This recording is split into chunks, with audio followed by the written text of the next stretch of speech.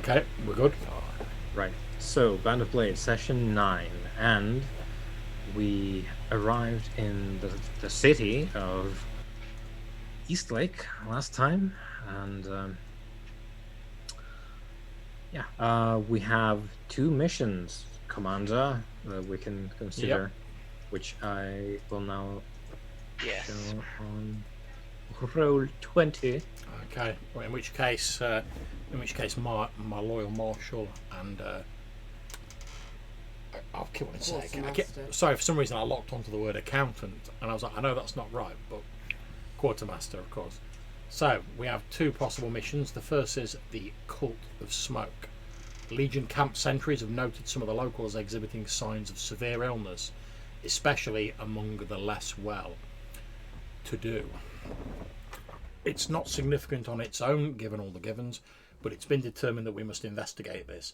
Camping in Eastlake would be a big risk if there is a plague going round, and even more so if, say, the Blighter was behind it.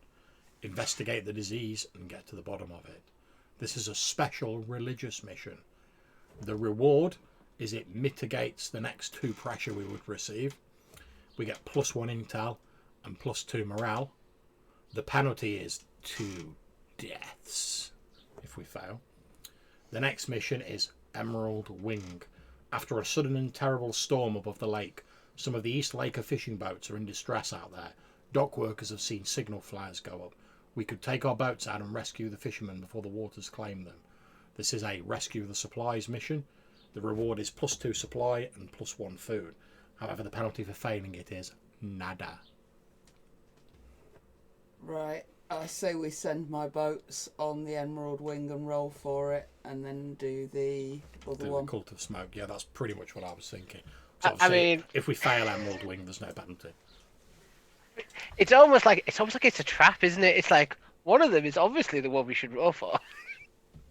It's like, yes, come and do this mission. Come if you dare do this mission. I mean, I get 2 pressure. How could we say no to that? Like literally, how would we find a way to refuse that? Although I would like to put out there, and this is just a suggestion from me as John rather than as Yuli Zakharov, the commander.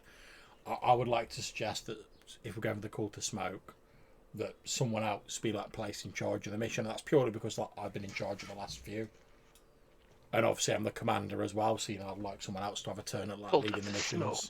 Okay. So I'm just throwing that out there as a suggestion. Okay. Obviously, the final decision rests with you, Marshal. Boaster. Understood. Also, something I forgot to put on the Cult of Smoke, it's a special mission, so there's always some kind of favor, and it has 3 different kinds of favor, 2 of which apply to Zora. So Zora will get an XP for this if successfully completed. Nice. I forgot to put it on there, but yeah. Oh yeah. Okay, and we've got Bob all intel, so we're not getting any information about it. If I'm like, I don't, maybe I'm missing it. Why do we sometimes only get 2 missions and sometimes we get 3? Is there a reason, like a? I roll for it. All right, it's part of the generation thing. Yeah. It tells me how many and what kind. In that, it might be 3 missions, one of which is a special mission, or like 2 missions, but one of them has favor without being a special mission. Yeah, and obviously in the previous session, I spent the last intel to force a special mission for this time. Yeah. We're definitely getting one, yeah. Because we want to get spent the intel living is God powered up. Matthew, don't complain. It means we don't automatically lose one. No, that's true. I'm not complaining. I was just curious. It's like sometimes. However, even if we get no penalty for Emerald Wing, if we don't succeed at the Cult of Smoke, we automatically lose 2 people. Yeah. So I wondered if it was whatever shit happens. just putting that out there.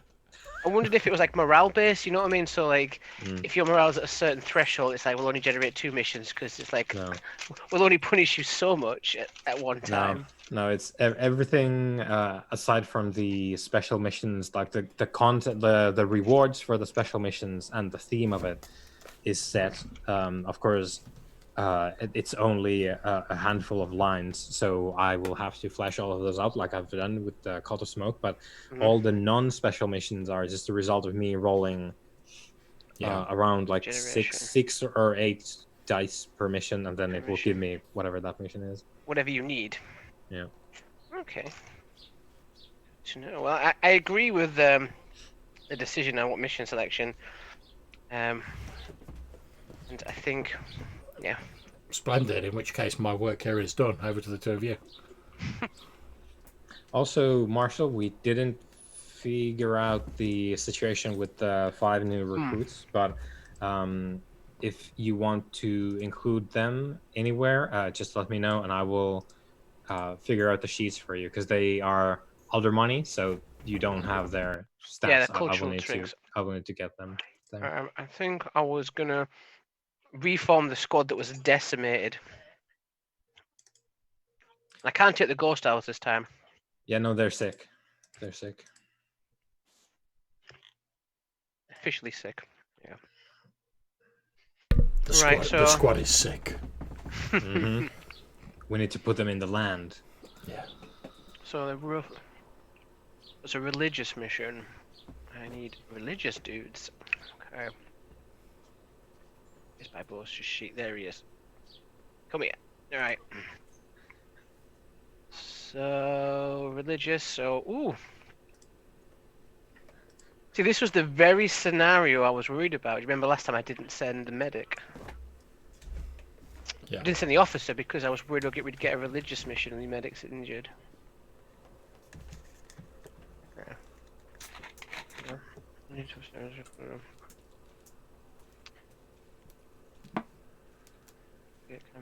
Okay. So I'm gonna give Hannah the honor, the excitement of playing the officer for the first time. All right. Which would put you in charge. So what I want to know, Matthew, is when are you going to lead one of the missions? Lead a mission. You could do that. Yeah, I know you could do Yeah, that. I think you should be the officer. You want me to take point? Yeah, go for it. Take the bull by the horns, so to speak. Okay. I can see you because this is a bit more sort of socially, sort of interacty sort of style, isn't it? Yeah. It starts out as at least as an investigation in the city of Eastlake. I don't like the way you say starts out as an Well, investigation. I know that there's a chance that we're gonna go in with okay, so we're gonna look into why there's some 6 folks around. So bring the explosive charges and the grenades. You say they're all in the one hospital building. Yeah, that's their weakness. Bring it down.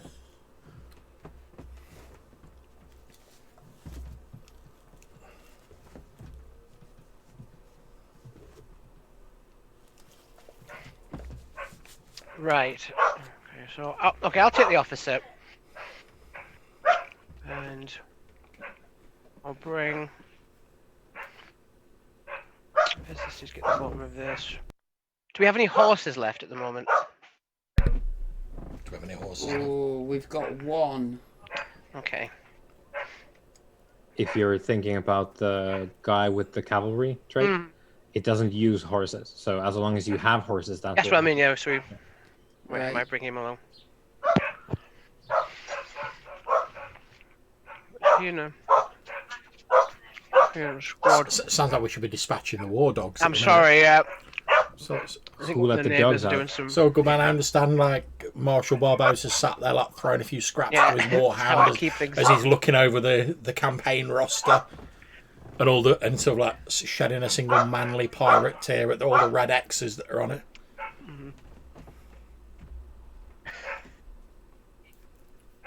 Where is the... No, it's not that guy. Okay. I might have to bring the...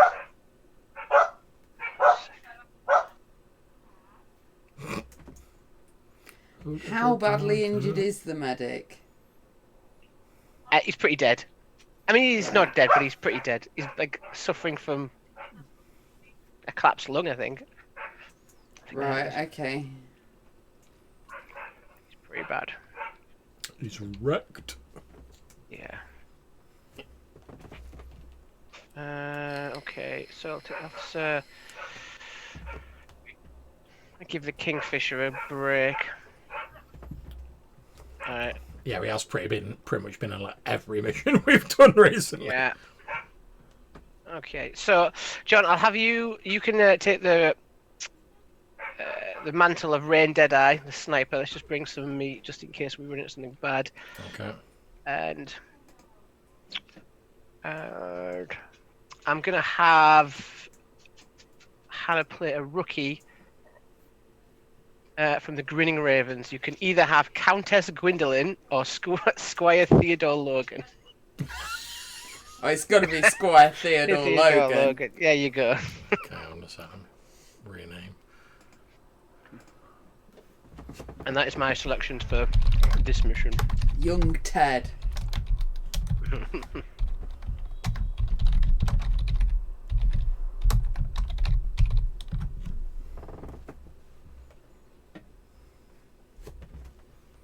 Oh, why Squire Theodore Logan was still in the background going... He hasn't been used before, so you'll have to generate a rookie. But make him most excellent, if you will. Is he a cavalryman?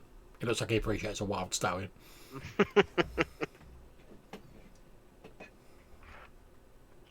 He's in a mission to save the world. Did you say Grinning Ravens? Yep. I can't see Theodore Logan on the Grinning Ravens. It would just be rookie 1, 2. Oh, Squire Theodore Logan. It's the bottom. He's at the bottom. Scroll up. Do we have more than 2 Grinning Ravens? Yeah, the recruits went into that. I Okay, haven't so named them yet. these 3 are These. from the Aldermoney recruits. Yeah. Scroll up. Okay, I'll. No, fill they them were. in. No, we did some recruiting a few sessions ago, There you go. and I Have got you 5 named them? recruits. Alright, that's weird. I was seem too afraid have to it name them, twice. but I will. Okay, I will So- need to know who exists and who doesn't. Yeah. Okay, because Oh, was Okay, I so- looking at the dead list then? I'm looking at your sheet, Barbosa. Mm-hmm. So currently there isn't a uniform attitude towards this. So am I correct in looking at Green Ravens? Everyone is filled in. All the rows are filled.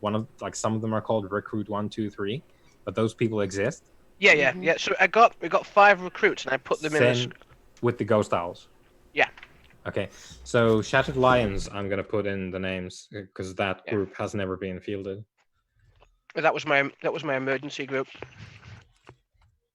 You protect the camp until the time comes.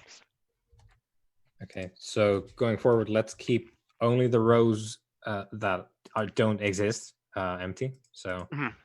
Yeah. currently we have Silver Stags missing 2 and Yeah, Ember Alex, Wolves can I ask you a missing quick 4. question? Yeah. When you're creating a new character, how many sort of points is it you get in the different things? The actions, Yeah. Uh, 4. Johannes, rather than just telling me all the things again, is there a sheet somewhere on there that you can pop up for me that I can just go through?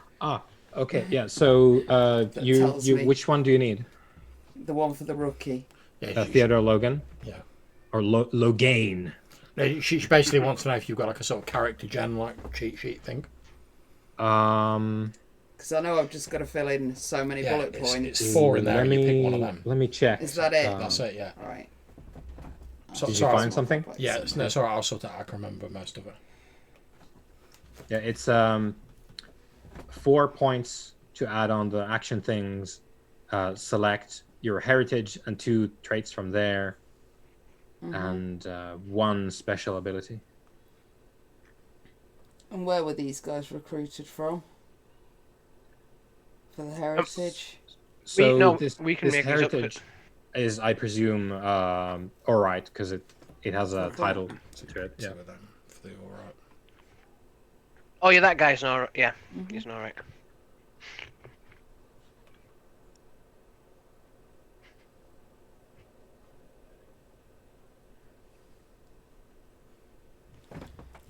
Boost 1 campaign action for you. What's that mean? That's the one that the officer has, which helps him when you send him to buy horses. And he gets more. Okay, so how would it be helpful to a rookie? I guess you could send him out. All right, I don't know if he needs to be a specialist, but Fair enough. I'll tell you what I you could do. guess If you scroll up, you see that if you take that as a special ability, you just insta get like all of the traits for like an alright. Yeah, but I might want one of the other skills. Oh yeah, that's fine. I'm just maybe that one. Yeah, that's tasty. Or that one. Because I get the feeling we're probably going to need that. Yeah. I'm making him a jack of all trades. And we know this is a slightly more sort of social based encounter, so sway and stuff will probably help. handy Teddy. Sway skill.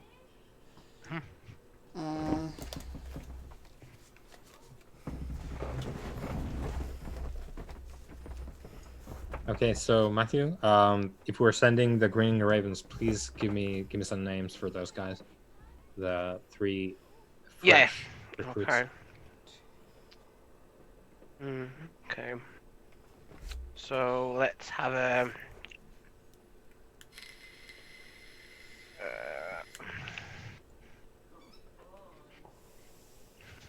Let's have a Zimiati. All the best Have people are. Let's have Dresden Janovic. Nice.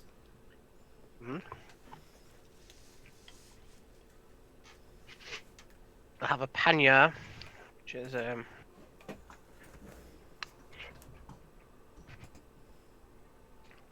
let's have Maroon.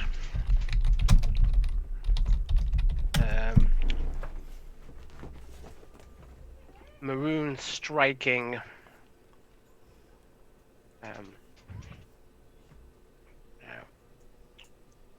Blizzard. I thought it's supposed to be an object, not an animal. It said blizzard, I thought. Oh, blizzard, yeah, blizzard's quality. Sorry, I thought you said lizard. Yeah, I think the eating is kind of like making some. Just gonna get out the old maroon striking lizard, if you know what I mean. Maroon striking 5. And we'll have another Panya. We'll have. I hear there's a lot of them looking for a home at the minute.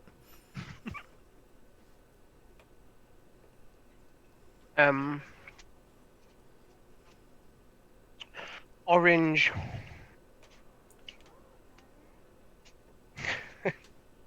Orange sinking.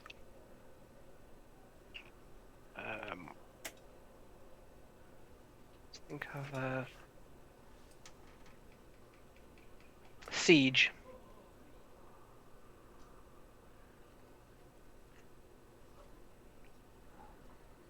And I need 2 more, don't I? We don't have any what are the other guys?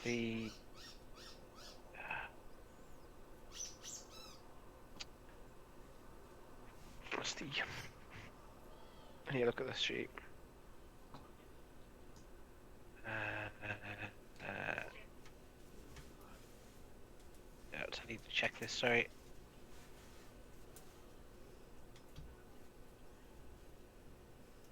Let's have a Barton.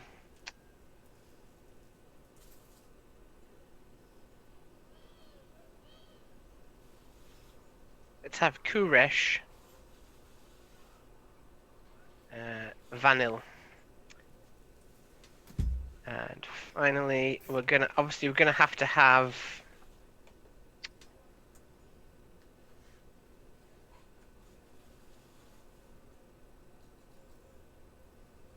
Adama,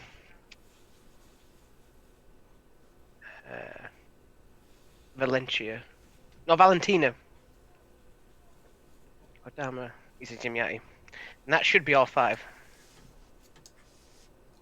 I think.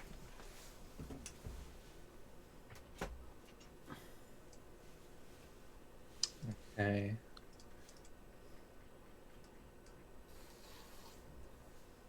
And where are these guys? So the first 3, we'll put them in the order I named them in. Where are the names? I can't see them on your sheet. Okay. them in. Okay. Right. Dresden. Novich.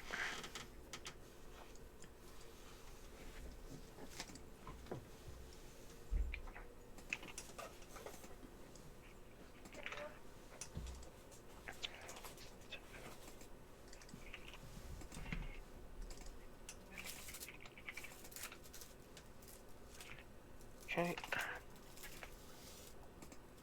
These guys are going to die. uh,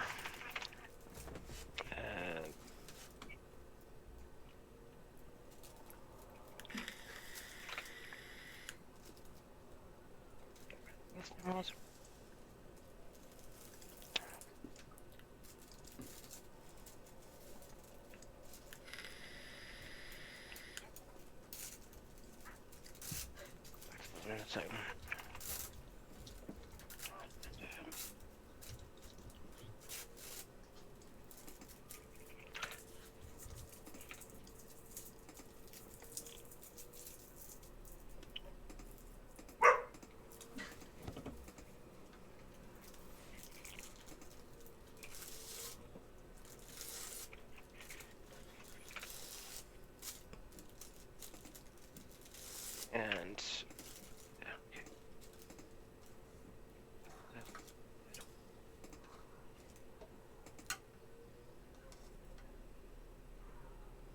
missed one. There he was. Oh, he was the yeah.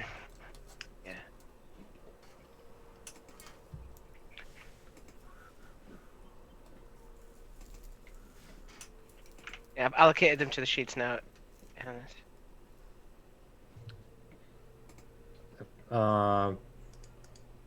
I can't see Odama's full name. Oh, right, okay.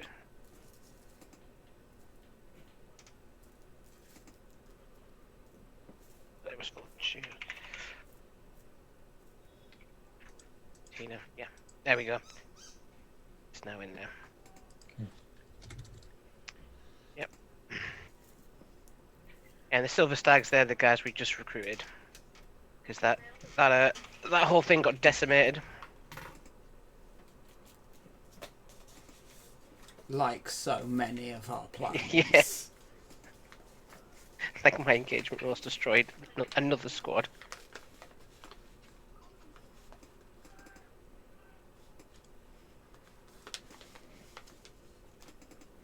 Okay, so we're sending the Green Ravens. We have a full squad. So, Commander, how much intel do we have? 0. Okay, feel free to ask your 0 intel question. Okay. I'll just check my list of questionnaires.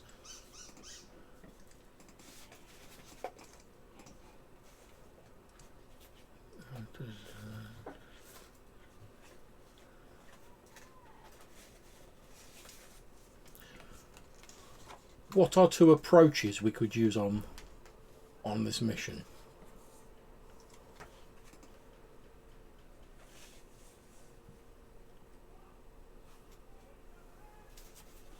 That's an interesting question, especially because this isn't like we're going into a place to tackle a martial objective. That's it, exactly.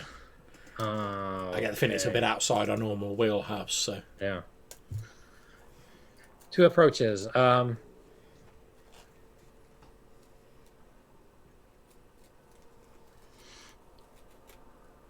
I think probably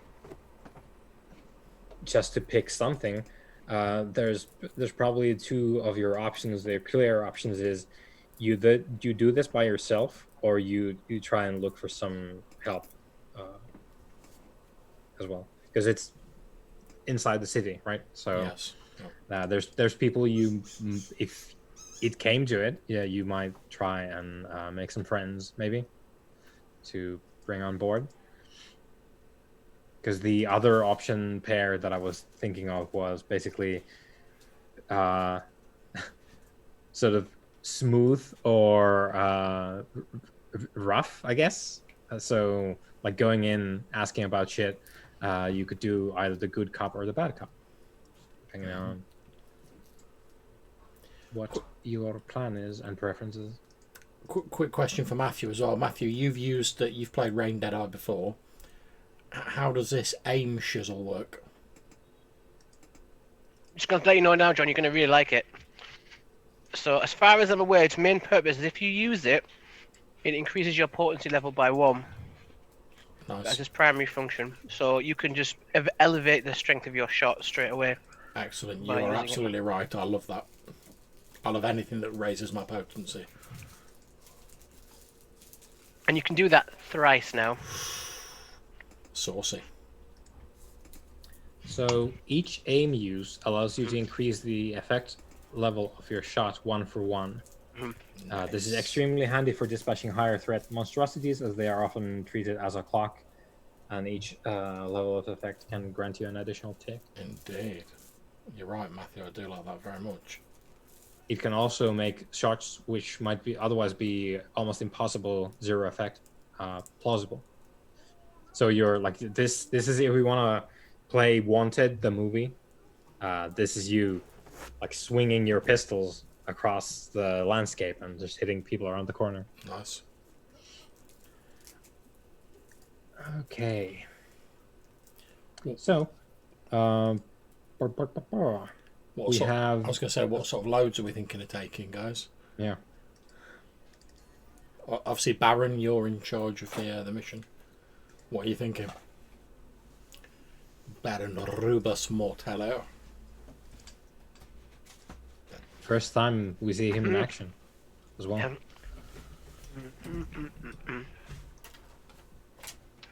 Okay. Well, we should expect trouble. Like there's a sign of illness, so we should come with supplies that I think could deal with possible infections. This possibly is a sign that the Blighter is around. Rain Dead Eye always expects trouble. Yeah. So at minimum, I'd say a medium load. But if you want to tool yourself up, Rain, feel free. That might send the right kind of message if there is trouble. I like the idea that Rain Dead Eye has a pump action. Yeah. It's like Pump action long Just rifle. Just like out of Terminator 2. Everybody gets black shot. Sweet. Don't know how useful it'll be, but we've got shed loads, so it's probably the only time I'm going to be willing to give it away if we don't necessarily need it. Let's see, so... Oh, that's a bit cheeky. Yeah, because if I take heavier load, I can have a fine pistol and a fine long rifle. Which is nice. Also, for the engagement roll, if we spend religious supplies, then we can take an extra die. We're not camping anywhere, are we? We're not expecting it to take that long. Probably not, no. Though, that being said, I don't know what your guys' plan and fate is going to be, ultimately. But Okay. currently, So, yeah. I think for the engagement roll, we are at 1 die, so not extremely terrible. Okay. I would suggest a reliquary, possibly as something to take with us if you can. Mm-hmm. If this is some kind of corrupting influence we're going into. Well, I can take a reliquary if we want, but that's my utility loads done. Unless the quartermaster's got any, we can. No. Oh, the quartermaster has got some, and yes, you may have a reliquary each. Boom. Okay, so if the quartermaster breaks out the religious supplies that we got from the Lady von Meyer back in Westlake, in those heady days, we're gonna get 2 dice for the engagement roll. Cool, cool. And then Matthew can absolutely fumble that roll. Carl Matthew, you can roll a 6. You know you can. Right, I've just to let you guys know, I've gone. I know. I've gone. He knows it's true. I've gone heavy load. which gets me like a fine long rifle with some black shot ammunition. I've got fine armour, gun maintenance kit, and a fine pistol. I've also got a hand weapon, additional ammo, the reliquary, and the black shot we've got from the quartermaster. So Rain is I'm absolutely I'm tooled up. I'm walking there like some like Clint Eastwood desperado. It's like, where is the sick people? Show me. I must break them. Oh, but best believe if I fill up the playbook clock on this, I'm going to go for the one where he can like duel at close range with like 2 pistols. Mm-hmm. John Woo action. Oh, he's like, the doctor is in. It's time for your shot. You've got the poison. I've got the remedy. And in case you want to wear it, it's gunpowder. And bullets. And guns. Actually going to shoot you. That's what I mean. Am I able to do like a flashback to get an item to take with me? You indeed are, and you don't even need to do it right now. Okay. You can do it when you need it. So when you're in shit, this is an example, right? Because we haven't done a lot of this flashback, backflash. So if you want to do a backflash, you're in the bush, you're shooting the zombies, and you run out of ammo, and you're like, shit. Well, I would like to have some more ammo. You could do a flashback scene where you're like, oh, well, we know that you are only allocated what is on your sheet. So if you want more, you got it from where you shouldn't have. So we're going to flash back to you then, probably sneaking off into the quartermaster's shit and stealing some supplies. They'll never know. They'll never know. Let's ask the dice in that case. But, yeah. But yeah, you can definitely do that when like we should have brought X. We can try and make it be so. Well, this guy, you know, the Baron, he seems like a planner to me. He seems like someone who would plan things. So I feel like he would do a thing, but I can do it at the time. But I'll do it at the time if need be. Yeah. Exactly, because we don't need to do it before. Excellent. Right, ever sorry guys, I'm just going to nip and use the facilities before we get started. I'll be right back.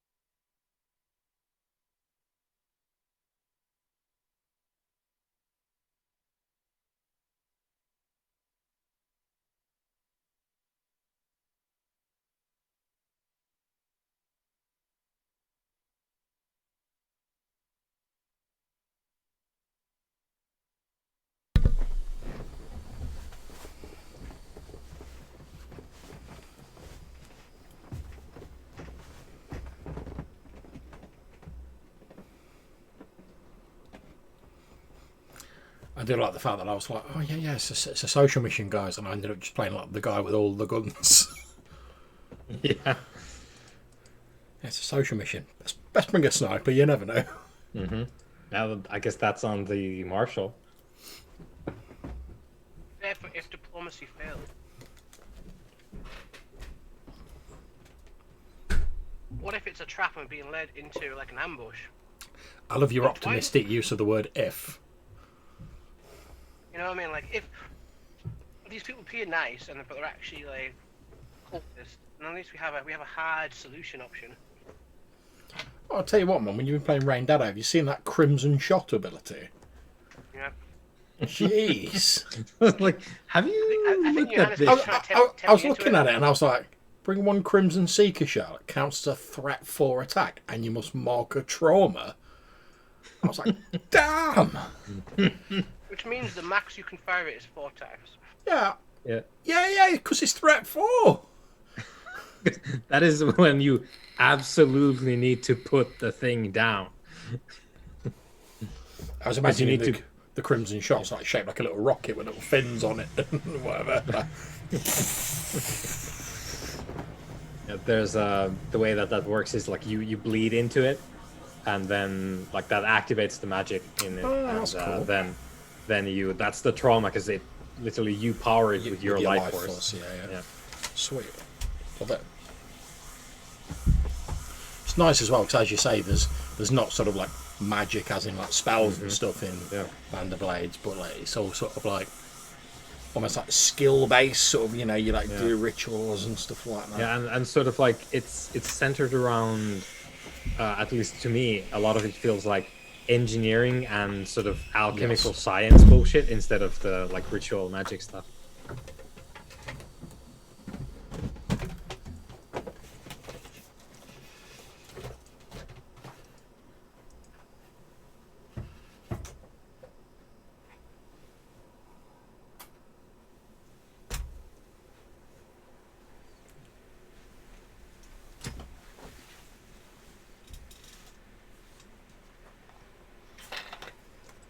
Hawkeye.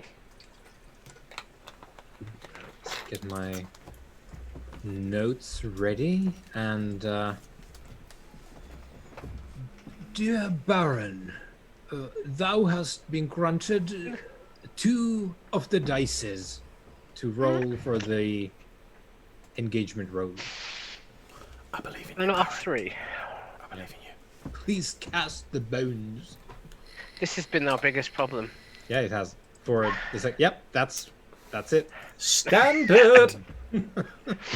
That was even worse than last time. The only positive side fine. is because we always start off in like these desperate situations, we're getting that XP. Yeah, that's So there's a plus side to it. yeah. So what that means is we're going to start off in a desperate position, and No, I can't do that. we'll see how that goes. It is not immediately apparent why that is. This is a very different environment that we find ourselves in now because we haven't really done a lot of like urban action. We had some opportunities, but we have chosen not to engage with those in the sort of play-by-play thing. But this one is an urban investigation. So we are, in fact, camped in Eastlake, the city welcoming you with open arms, especially after you sort of take off the boats and people realize that, oh shit, it's a chosen, and they are very interested in matters spiritual in Eastlake. The people fancy themselves very devout, as we have talked about at the end of last session. However, they are also very proud of the fact that they're kind of cosmopolitan. Whereas with the Westlake people being very traditional and proud of being all Aldermani, these people are very proud of the fact that they trade very actively with the Eastern Kingdoms, which are just over the mountain range. So they're sort of like more like citizens of the world and proud of that. I was going to say, I love to imagine we like walk in and we're like, oh yeah, you're religious, are you? And then like Zora like takes her hood off, like, fiery light shining forth. Yeah. Oh yeah, by the way, we've got a living God with us. Yeah. So by the way, the people of Eastlake take you in and embrace you as friends and compatriots because you are clearly blessed. There's no there's nothing to discuss there, so you've settled in You've done some planning vis-a-vis acquisition of stuff, because this is, according to your maps anyway, probably one of the last spots before the mountain range where you can actually get the fruits of civilization in any great degree. Yeah. And you have noted, your like night sentries and whatnot have noted that there's a bunch of people going about, sort of scurrying along. Some of them looking to be like the lower classes of Eastlake, who exhibit signs of some kind of sickness that is rather drastic in its health effects. So you haven't really been able to point. John? I was just going to say, since Rain has the alchemical eye that allows you to identify supernatural things, if we like see any of these sick people, can I like lift up my eye patch and get a look at them to see whether it's like a supernatural affliction or whether it's like a curse or whether it's like a normal disease? We'll get to that presently when Lovely. we start the thing. So your like regular ass rookies standing night watch, they haven't really figured out like what it is. It's like some of them are like, oh yeah, it's the, I think I saw like boils on that guy. So probably like some kind of plague-ish thing. But yeah, it's not like Eastlake is crumbling because of disease. So there's not like an explosion of whatever this is, but there's been enough people skulking about, coming to see you guys and like your camp, gawking at it at night, that your sentries have taken note that some of them like hobble away in a bad way. So you've determined, the commander has determined, we need to figure this stuff out, even if just to check like, oh, is it the plague? You have been sent by the marshal on this mission, and we start. I'm just gonna say, because we're doing the sort of civilized life now. Let's say this is the sort of midday in Eastlake. It's a tranquil place, one of the most peaceful places you've been, because at the moment, as we discussed last time, Eastlake is one of the few places in Aldermark which is mostly untouched by war. There's no enemy at the gates, so to speak. So people are sort of going about their daily lives and waiting for things to resolve. A lot of them spend their days praying at the various temples in the city, and you find yourselves at the dock district of Eastlake. You're here because your scouts, when this phenomenon was spotted, the commander sent some people like, hey, just go see where they go. Like, is there a place where these people are coming from or they're going to? And some of the rookies came back with a list of names, which you now have in your possession. And you've been told that these people apparently all bunk in a bunkhouse in the dock district. So that's where we're going to start. We're going to start with you guys outside the bunkhouse. It doesn't have a name. You just know that this is a bunkhouse. People you've seen come and go as they finish their like morning thing at the dock and they go to sleep. They look to be the poorer class, dock workers, adjacent, like dock adjacent business things going on there. So you have a bunch of fishers and assorted stevedores, I believe the correct nomenclature is for a person. So a bunch of low-paid workers room here in this bunkhouse, which is the sort of traditional one big room and then sort of stacks of very modest beddings. So you're outside. The door is open to let in the fresh air, and the seagulls making a ruckus. You're stood there in the sort of hubbub of the docks, looking at the building. You have your list. I presume that's going to be with the Baron because he's the officer. So the Baron has a list, and on it Book stops with me. you have 3 names on your list. The first one is Lila Nayar. I'll put this in chat. Oh, Second one is Damian Yanovich. The third one is Marlene Metzger. And these are the individuals who you've been told room here at the bunkhouse, and who the sentries have determined carry some kind of affliction worth investigating. So what's the plan then, Baron? There's the list of names. Yeah, Okay. so you're outside, the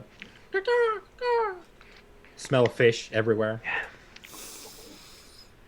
Just like I tell the rookies, we're going to start with words. When words don't work out, that's when you come in, Rain.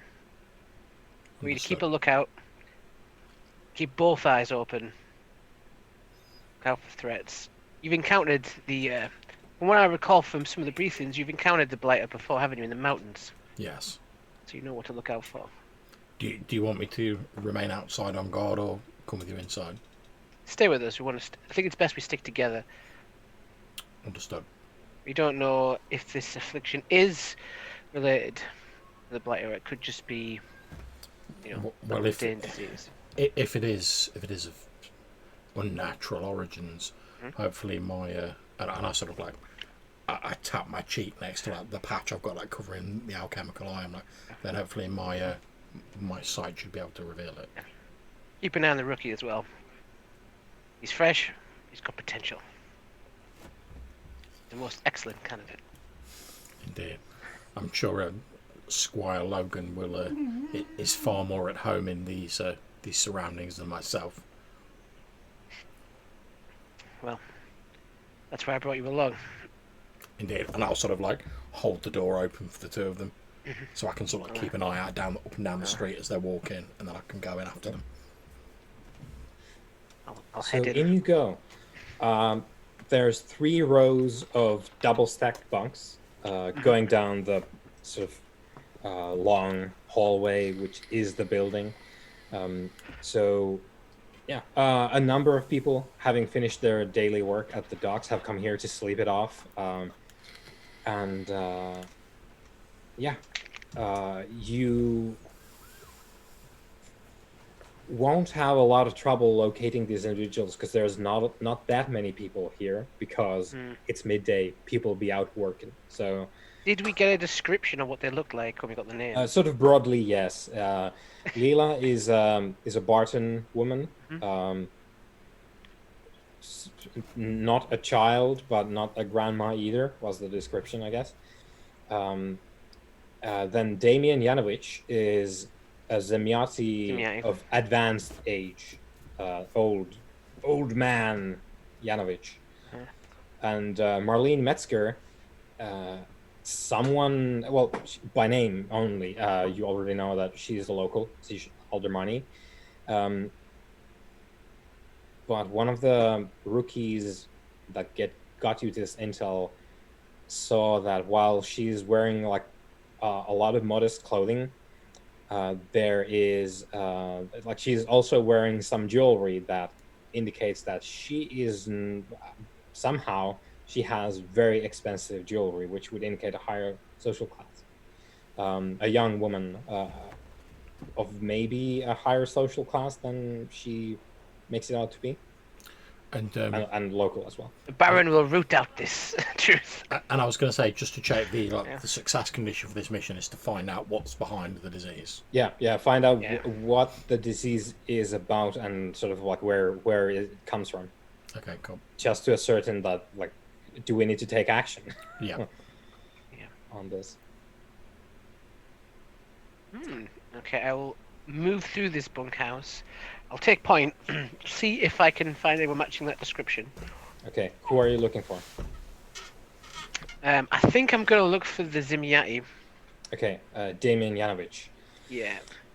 All right, so you head in. I presume Rain and Theodore, you're following the Baron. I'm going to be wearing quite some ostentatious clothing, like befitting a Baron.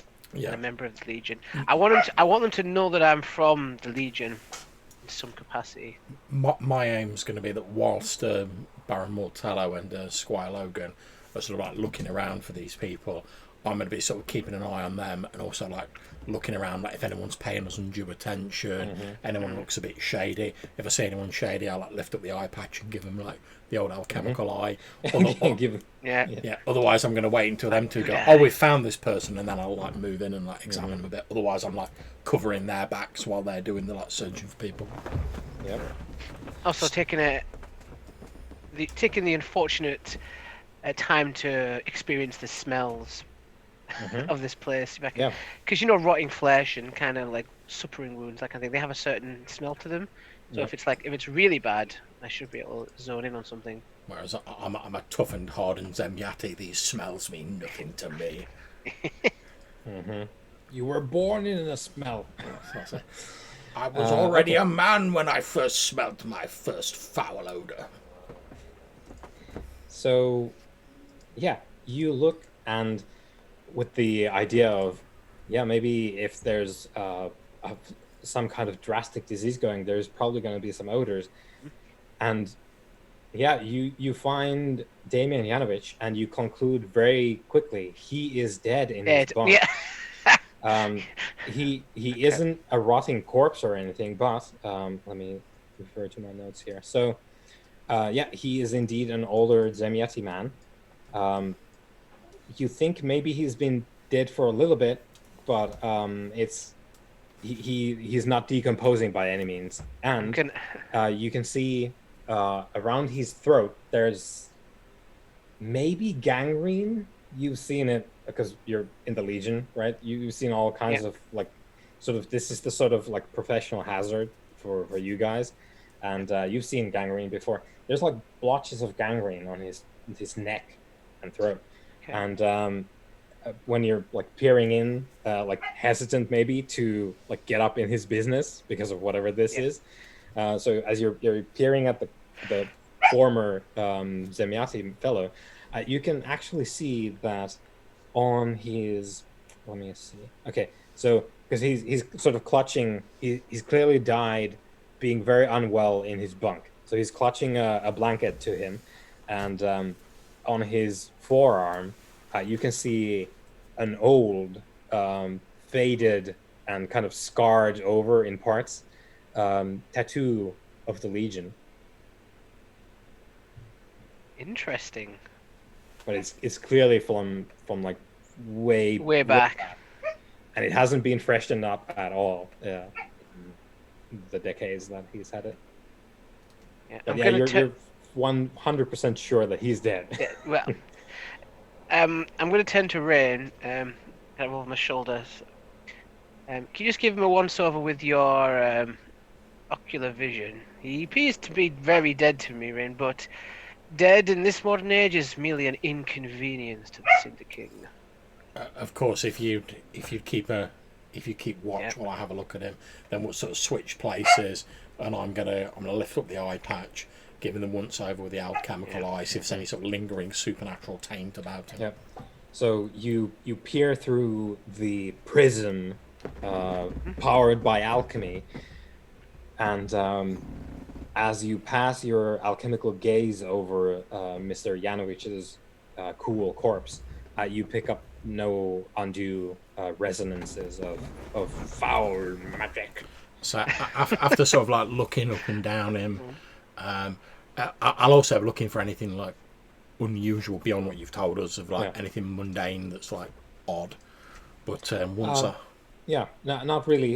You can. Well, he's got his boots under his bunk, and you think from picking up the details because you're staring at him for a good bit, you think maybe he was maybe he worked in brick making or something, because he has the kind of clay all about his boots, dust and stuff. Like this clay. Yeah. Okay. But other than that, like there's nothing remarkable about this man except from the fact that he's dead. His throat looks messed up even on the outside, and he has an old Legion tattoo. Okay, so what I'm going to do is I'm going to quickly look around to make sure no one's like paying us any undue attention. Mm-hmm. Then what I'm going to do, without touching the guy, I'm going to grab his boots, tie the bootlaces together, and like drop them back onto his feet, with the thought that like if he rises up as a zombie, Exactly, yeah, and that'll give us a bit of extra time to react. Normally, I'd have just like broke his kneecaps or whatever, but if I start doing that around here, people might like take umbrage at it. Yeah, it was so. like, yeah. Okay, so you do your thing. I'll look back at the Baron and I give him like a shake of the head to show there's nothing supernatural about it. Well, that is a nice change. So, you know the flashback thing? Yeah. I've got the research skill. Mm-hmm. And I have been reading the information on undead that we previously got. Mhm. That's exactly what I was thinking earlier. Yeah, To like get all the notes from previous encounters from members of the Legion. yeah. Yeah, So can exactly I the have kind a of thing you want to do. research roll for that? Okay, what do you want to have studied? Like, what kind of information Well, are you looking for?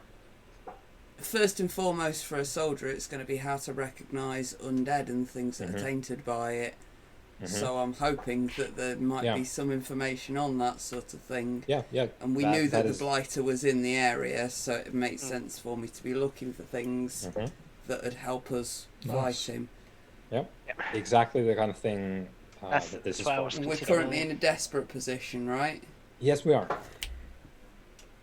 Hey. Why? What you mean there's other positions in the game? How do we always end up here? Well, Desperate's Jimmy? where we live. yeah, it's where we exactly it's where we live. Oh, nice. So, I think the way that flashbacks work is you pay stress to have done them. But in Okay. this instance, I'm going to say we don't need to worry about paying for the action itself with stress because it's the kind of thing that is readily available to you. It doesn't require a great effort. So you got your success there. So the sort of quick, like, check out if someone's blighted. Decaying skin, discolored skin, hair, nails, eyes, tongue. Then as you advance, as you become more blighted, more skin rots. And let me actually put it in here so that I get the rest of it. Okay, it's a bit cheeky, but best way to dispose of it without spreading it, I'm guessing, would also be in those notes. Yeah. Usually that involves fire. That's been the sort of easy go-to solution. I was going to say, yeah, that's been burn it. Yeah. Yeah. Yeah, and also with the like, there's some accounts of like burn it, but don't breathe the smoke because we don't know what the blighter puts in those potties. So like, we don't want to breathe in the smoke So at all. we need to set up a pyre somewhere on the edge of town where it's not going to be blowing across the town. Yeah. Yeah, that's the way. Downwind Yeah. on the edge of town. I've got a bunch of squad members ready and willing to do that. Yeah. So yeah, as you advance, there's more things that are not just about the body breaking down. You start developing unnatural things, more eyes where they shouldn't be, like an eye on your shoulder, maybe like actual claw-like endings for your digits. Then as you become more drastically blighted, there's very little that is sort of formulaic about it.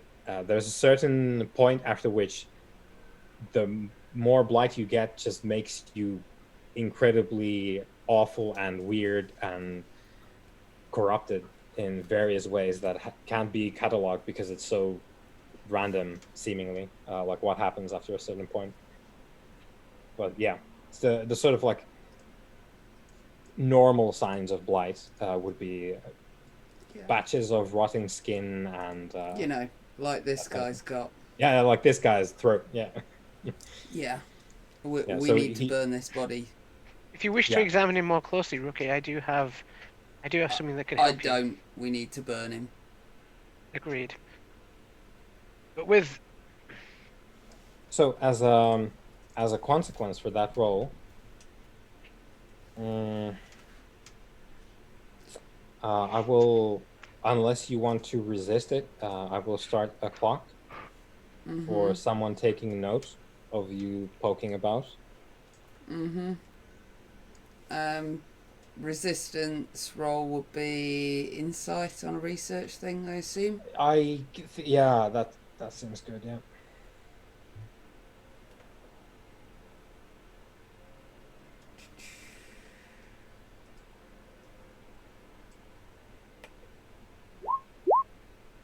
Okay, 1 stress. Not bad. Okay, so yeah, you've determined that this man was probably blighted to a degree, at least. He's not out and out monstrous by any measure, but yeah, he looks to be blighted. I think at this point, as Squire Logan saying, "Oh, we need to build a pyre downwind, we need to burn this body." Obviously, Rain is due to his traumas with the Legion. He's very cold and sort of deadpan. I'm just going to sort of not even reacting to the fact this guy's blighted. I'm just going to say, do we have the authority to remove this body and burn it? If we just start carrying it out of town, I'm sure there's going to be questions asked. You are right, but It's a matter of public safety.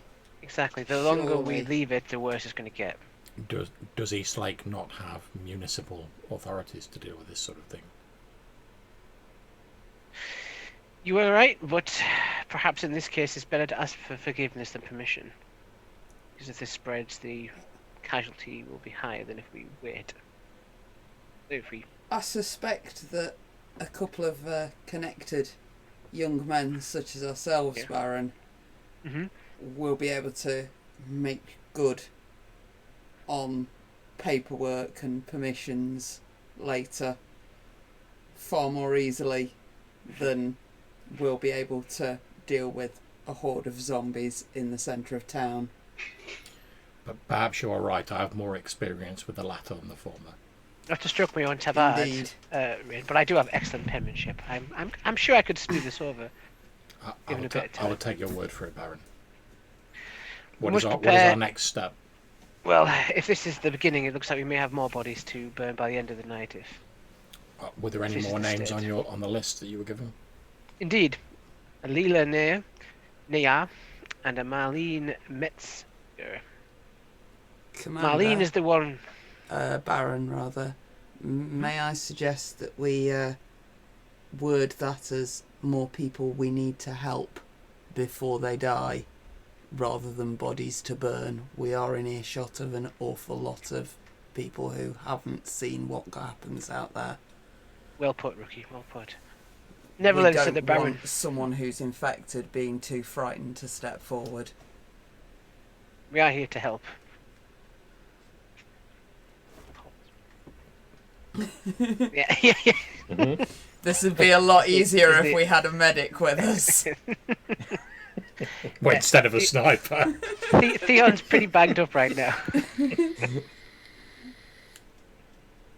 Right, I will search for Marlene next because I feel like she'd be someone I can pinpoint easier. And you're right. So you can actually find her at the very back of the bunkhouse where there is a very rudimentary cooking station. So she has the stove going and she's preparing some very thin broth for what looks like to be a sort of immediately the word that springs to your mind is beggar. There's a man sat on a stool missing one leg, probably from rough living in conditions where someone just had to take it off eventually. He's missing most of his teeth. He barely has any hair on his head. One of his eyes is milky white, and this old ass grandpa is sort of leaning against the table and sat on a stool and is rambling about some story about when he was a young boy. He had a heart of stone, and Marlene is cooking broth and sort of nodding along right, okay, yeah, and she's preparing quite clearly to basically feed this guy because he's all kinds of shaky. and not well. But he's very animated. This grandpa. If only someone had some fresh food they could drop into that broth to make it a bit more nutritious and get these people on side. If only. Oh, what's that, rookie? Yeah. Fucking Excellent suggestion. most useful thing on the entire character sheet. Yeah. Aside from naive hope. A memento from home. Yeah. Well, at least she seems very I'll much chuck alive, them which some is good. vegetables in and confirm that is who we think it is. You know, get chatting. And whilst they're distracted, I'll give them the once over with the alchemical lime. I love the idea that the eye is unmissable. Like no one, you can't do it subtly. It's So like I've got the yeah, eye it's just patch like- on. You have to like lift it up, and it's It bathes the end of the bunkhouse in stark red light. No, like a Cylon eye. yeah. Cyclops. So, yeah, you pan your alchemical vision over these two. You don't pick up any malfeasance that your eye is capable of picking up. I'll catch the Baron's eye and have a look. And Marlene is very delighted if we bring out like the bag of like carrots and all that kind of thing. And she gets them in the broth and starts chatting with you. So Marlene is dressed very sort of in cheap but durable like work clothing, and wears this like long coat, and it's easy, I guess, especially for Baron and the squire Theodore, because you are Orites. It's quite Can easy spot for these you things. to pick up some of the mannerisms of how noble people work. And Marlene does have the kind of posture that you're kind of, oh, that looks like someone taught that to you On for that use in note, court. as the stew starts to get like to the boil, I'll Mm-hmm. lay out the plates properly and lay out the spoons properly, even though we've got like shoddy fucking wooden bowls and like spoons that have been carved out of twigs. Mhm. I'll lay them all out in the proper positions. And like see if I can get some fucking scraps of bandage fabric for napkin or whatever, just Yep. to show that we're all in the same boat here. We're all nobles on the run, or us Yeah. three are anyway. Yeah. So Marlene looks on, and you can tell quite easily that she is very appreciative. Like the moment you're like, oh, this is our fresh food. Like you can have this. Marlene is like, okay, you're good. Yeah, I like you. Yeah, and she gets the broth on the table, and we get a nice hot sort of snack, and then I suppose if you guys want to stick around, because I presume you want to talk to Marlene. She has her hands full dealing with Grandpa over here, but once Grandpa has had his broth, Marlene is gonna lay him down. So that would be when like we have a chat. I'm just gonna, while she's doing this, I'm just gonna see if I can spot any gangrene like before on her neck, like any similarities to. Give me a roll for figuring this stuff out. It's Oh. not obvious, which is why I haven't mentioned it. That there's like like half of her face is falling off. I don't really have a. I can't shoot her, can I?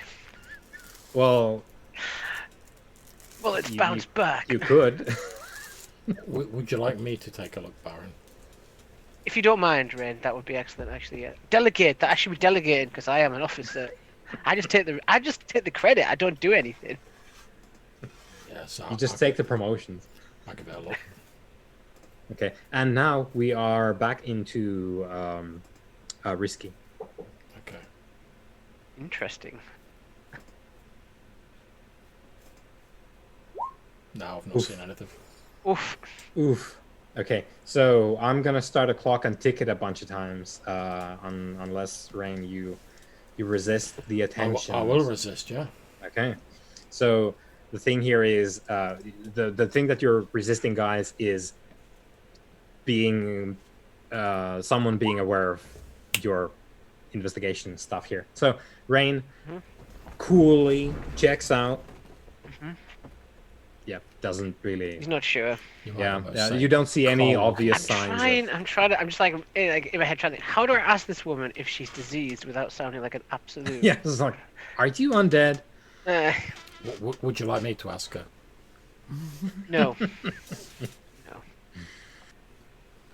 Yeah, So, let's play to our strengths. I'm gonna get her chatting. Yep. About her journey to get here. Okay, so how obvious? I know from the Baron's perspective, but for Theodore, how obvious it is that you are an Orite who kind of culturally you are a noble. I'll have done my best to wear like reasonably clean clothes. I'll be wearing what I can. Yeah. But I'll make sure that I use like all the proper formal wording when I'm speaking to her. And if there is like a formal introduction, I'll make sure that I give her my formal name and everything. Yeah. So when there's like, oh, by the way, we haven't really introduced ourselves, and then out come the titles because you guys are Orites, and that's important. And then Marlene says, well, it's a surprising place to find two Orites, and I suppose there's a Miyati friend as well. I suppose the same goes for me. I am from the local Metzger family. We are, I suppose, with some definition, we would also be nobility, and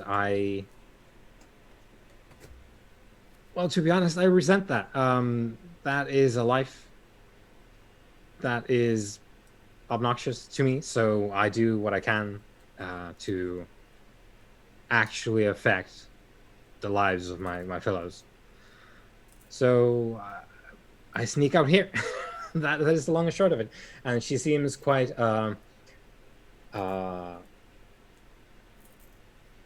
like fulfilled by this idea of, yeah, I'm a noble. That's even better, right? I don't need to be here. I want to be here. I choose this. She must have known poor old Mr. got his boots tied together over there. The rest of the squad are probably standing over with crossbows pointed at while we're all having tea. It takes her a while, but she's like, that's Janovich's bunk. Yeah. Oh, yeah, he's sleeping in. Seems like. I'm afraid he's dead. Oh, that's very. Like I was like, as you said, Baron was like, his hand was raising to stop him. He's got there too quick. That is very lamentable. However, I suppose he was of advanced age, and he had some stories from his youth. His life was not untroubled. So, okay. We believe that he has died of a sickness that's spreading in the city. We believe the sickness is caused by the enemy that are coming from the south and from the west, east, wherever they're coming from. The east, Rookie. The east. You know who we speak. We need to put an end to this sickness in the city. If we can. That is quite the thing. I don't really know how to respond to that truly. If someone wants to roll, there's something you can read in Marlene in the next few moments. Like Sway? like an insight. Is sway? Yeah, insight into like whatever thing you're rolling. It's gonna be for you, like inciting her. Can I see? like Can you swear to detect if she is using some kind of deception? If she's trying to mask her emotions? Oh. No. Oh. I entirely believe her. Whatever shit she wants to tell me, I completely believe it. So again, She stood there with a pentagram tattooed on her face, going, I've got no idea what's going on here. this is like Leave this to me. I do not know what you're talking about. How could this be linked to the dark mass? I mean, I the have always disease. had, I have always had 3 eyes. So, for Theodora's role, Theodore, unless you put in the resistance, we're gonna start the clock for you guys getting noticed. Well, I'll resist. All right.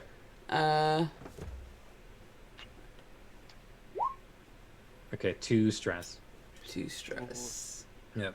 So, yeah, Theodore apparently buys it entirely, and then the Baron, with his keen intellect when it comes to social affairs, I am the sway master. she is disturbed, and she feels guilty about something when this was brought up now, and she's had like 2 seconds to think about it.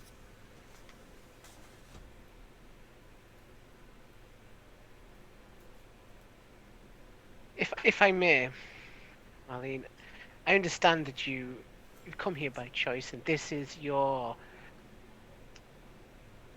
own crusade, just like we have our own duties to perform. I feel like you know what we speak of, and I feel like the fact that you have chosen to come here to help these people, you may know more about why we are here than you want us to believe. Now, you're not in any trouble with us, and all we want is to help. So if you could help us help you, now would be the time. That is the thing, Baron. I occasionally, when you do everything you can to help people, and this is the thing. Sometimes you don't know until well later on, and maybe it wasn't the best thing that you tried when you tried to help people. Yeah, I have been aware that Mr. Janowicz had some throat-related issues lately. There's been a number of people here who I haven't been able to feed some weeks. Occasionally there's just not enough, and occasionally an Orite just doesn't walk up with a bag of carrots, and then you have to do what you have to do. And there's a place I know which on a schedule I can get, and other people can get food as well from there. Really? Sort of devotional charity thing. So yeah, occasionally I would suggest and take people with me. And I think, I don't know for sure, but I think maybe there was probably a point that maybe there was like a bad, maybe someone was sick maybe, and then something, well, look, and she rolls up a sleeve, and you can see there's a discoloration to her entire forearm, like going up below her, like above her elbow. It's not dead skin, but it's sort of there. Yeah, it's sort of like halfway between like a red rash and like gray bloodless skin. Necrosis. It's settling in. It's not there yet. I'm just gonna, like, as subtly as I can, just reach over and just put my hand on top of Rain's hand that's no doubt on his gun. Like, just kind of like... I like to think my hand's moving down, and then when you put your hand on my arm, I just like stop and like keep my hand sort of there, as it's just like resting on my chest. Yeah. So, I haven't really taken anyone in recently because this happened, and now having passed, I'm feeling a little bit uneasy about the fact that I took all of us there. It's me, More recently, anyway, it's me, Mr. Yanovich, and Miss Nayar that I took there because we just didn't have the rations here. So Okay. To be clear, this started after you started consuming the food you got. well, I don't exactly know how, but like that's the one thing that I could figure out that we had all done. So we need the name of this religious It's the sanctuary. smokehouse. It's a And smokehouse. It is literally a smokehouse as well. They call it the smokehouse. It's a place where they create all the smoked delicacies, from the dried sausages to various bits of pork. And we have, as you have seen, our docks here. We have a lot of fish. We smoke it.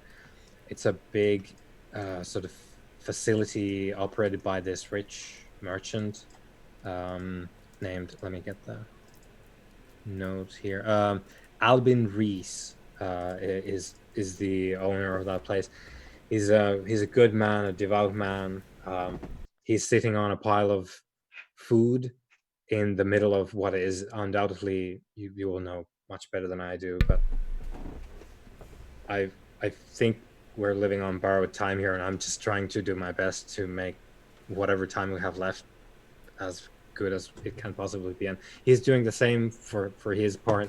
And I don't want to be a burden on him because I'm trying to do my own thing here with the docks. The best you can do right now for him, for us, and for yourself is to find the other woman who you were eating with there and lock both of you into a room until we can find out what's going on. Okay. I would prefer if you gave somebody else the key to that room. Okay. Somebody you can trust. I can do that, but Nayar hasn't come back from the lake. And yeah, with the signal fires, I think you probably as well have heard about that. The docks are kind of up and about regarding that situation. And I think I saw some of and she motions towards because the Legion has Legion armor. Yeah. So you have your Legion symbol. Oh, out and proud. The Baron is proud of his So service. she stabs a finger at the Baron's Legion symbol, and is I saw some of your people heading out to the lake, so I think maybe she's there. But I can't lock her up at the moment, but I can. Then you whenever do need to quarantine yourself. Okay. Yeah, I can do that. I can do that. I have a place. I can do that. Yeah, I know some. Okay. Yeah, I can. And she starts.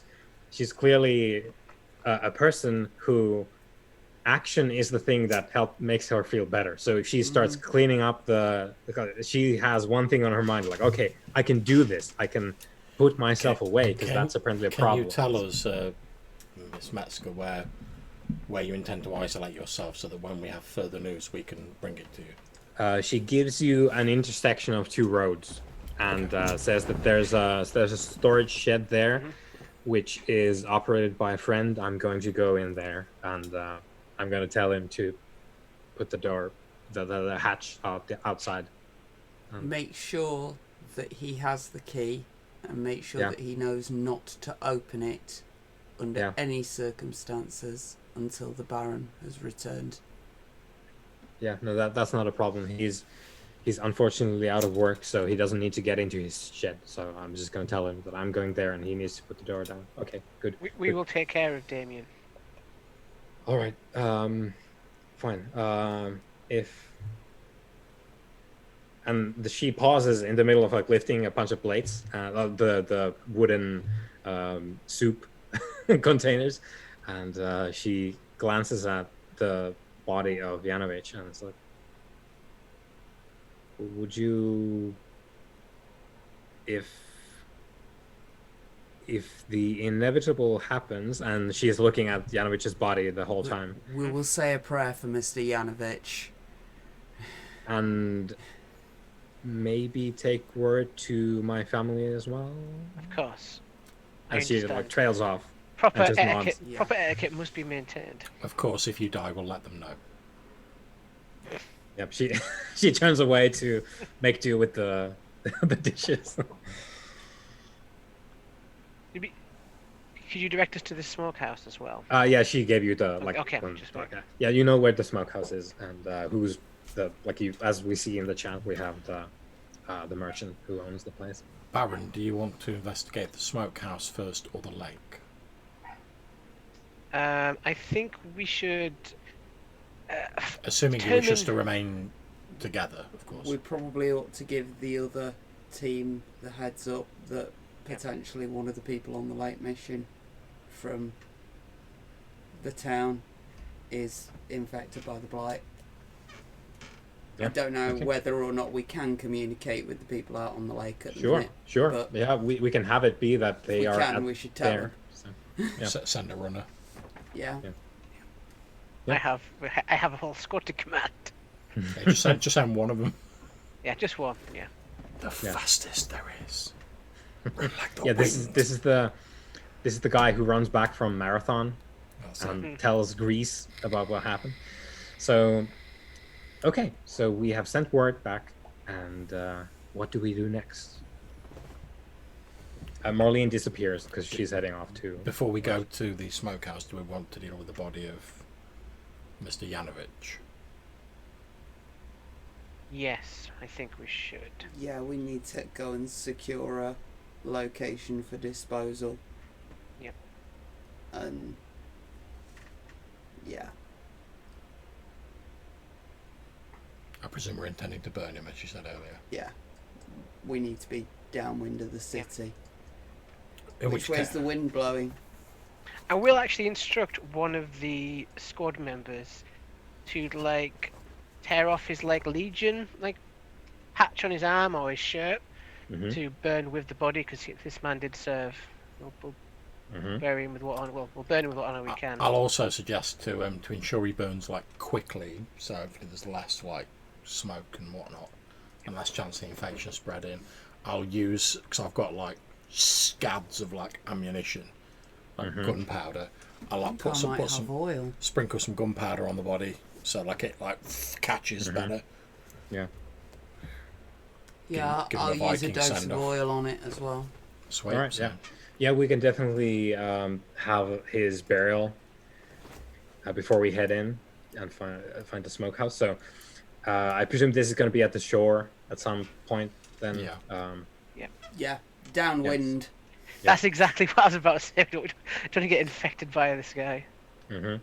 Yeah. So and we obviously have. we'll be careful like not to like actually touch him or bundle him up in sheets and whatnot. Yeah. Take because he is already in bed, so just like roll him up and. Just wrap him up. If we can find something to like put through and sort of carry, like you know, so we don't have to have any direct contact with the body. Then we can just burn him while he's in the sheets as well, which hopefully contain I it. might suggest to the people at the dock house that they burn the mattress as well, just in case. Mm-hmm. It's probably a straw they'll get mattress on we that. could do with some kindling. Let's take it with. Yeah, just wrap all of his straw from his mattress up in another sheet. Well, it'll all be in a sheet. You just pull it all up and over. Sweet. Yeah. I'm Zemyati. I don't know anything about these civilized beds. What is sleep? That's We it. don't sleep. Sleep is for the weak. Yeah, so you have his burial at the shore, a somber affair with some fishermen who aren't at the lake, just dangling their feet off the pier, just watching the proceedings. Yeah. All right, so he is Ash, and your duty is done as only a fellow legionnaire deserves. He was cremated with all honors. I'll give him the old Zemyati sort of like funeral scream. Yeah, Because that's how we do. Yeah, to carry him to the halls of his ancestors. Well, he should have a dagger with him, shouldn't he? Yeah, and he did. Oh, he did, yeah. To the smokehouse we now go. All right, so It we're looks off like to the smokehouse. it looks like you're you're going to be get some action after all, Rain, if Blighter is here. I'm ready. Yeah, well, if the blighter is there, then we are In deep shape. in trouble. Okay, so smokehouse, red brick affair, a fairly long, large facility, much as Marlene described. There's also extensive like foreground operations going, because you can do your like open air fish smoking as well. You have the rack and then like massive coal bed beneath. There's several areas like that in front of the building, and then inside the building as well. There's different kinds of smoking apparati or apparatuses, and you can already smell the smoke coming from the place, because it's literally what it does. It burns wood, and the sweet smells of different kinds of delicious food cooking as well. Okay, so let's see. Outside the smokehouse, and you can see some of the workers as well. You can pick them up because of their clothing. They have like a work shirt or something. A bunch of these people seem pretty unwell. Like some of them are sort of sitting propped up against a fence or a wall, just looking pale, unwell. Some of them standing in groups of 3 and 4. There's occasional coughs going around, like phlegmy voices. There's several different kinds of indicators that you pick out, like, oh, someone's not well. And you can see some people with like distinct discoloration, where like a third of their face is now distinctly more yellow, and it goes like way up into their eye, and their eye is a different color as well than you think it should be, perhaps.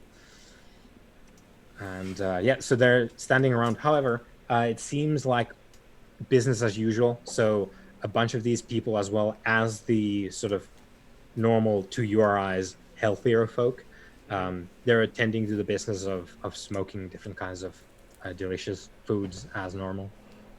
I'm gonna sort of like pull my like bandana or whatever up over my face as like an improvised mask, because we like seeing most sick folk in this place, and I'm gonna sort of twist my my eye patch around, so like my eyes sort of like always out now, because we're like going into what I consider to be a dangerous situation.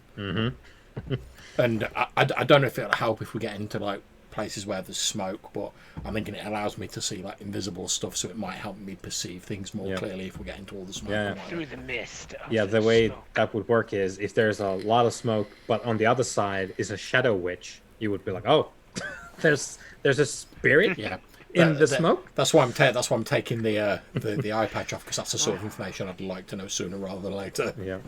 I'm taking the safety off my fine pistol as well. And did you tuck it in the front of your pants, though? No, it's got a proper, like clean and in the right place holster, full regalia. I've got one of them holsters where you have them on the front and they're like crossed over like that. So I can just be like, okay, so rifle on the shoulder holster. My musket rather awkwardly, as a rookie should. Nice. So you're greeted by a duo of what seem to be aldermani. There's a lady and a gentleman, and the gentleman approaches you, the lady in tow, and says, "Hello, I'm Joshua Acker, and me and Charlotte over here can assist you with any business you might have at the smokehouse. Now, sorry, the day's specialties," and he rattles off like different, to be honest, like delicious sounding local like smoked dishes and things to take away in bulk as well. So what'll it be? Are you okay there, Mr. Acker? Are you okay there? You seem... Sorry, can you talk to my other ear? Are you okay there? You seem a little unwell. Oh, it's a seasonal thing. Blatantly a lie. It is not a seasonal thing. Well, as you can see, I am a man of great means. And oh yes. Do you have do you have business with Master Breeze? then. He's the head of the Is the shop. merchant. Yeah, he's the one who owns the smokehouse. I would love to speak with him if he is available. Of course, to any person of your means. Charlotte, can you please? And Charlotte steps in because Acker goes away and has a fit. I'm just counting how many bodies there are right now. Just There's none, like immobile. Yeah. So.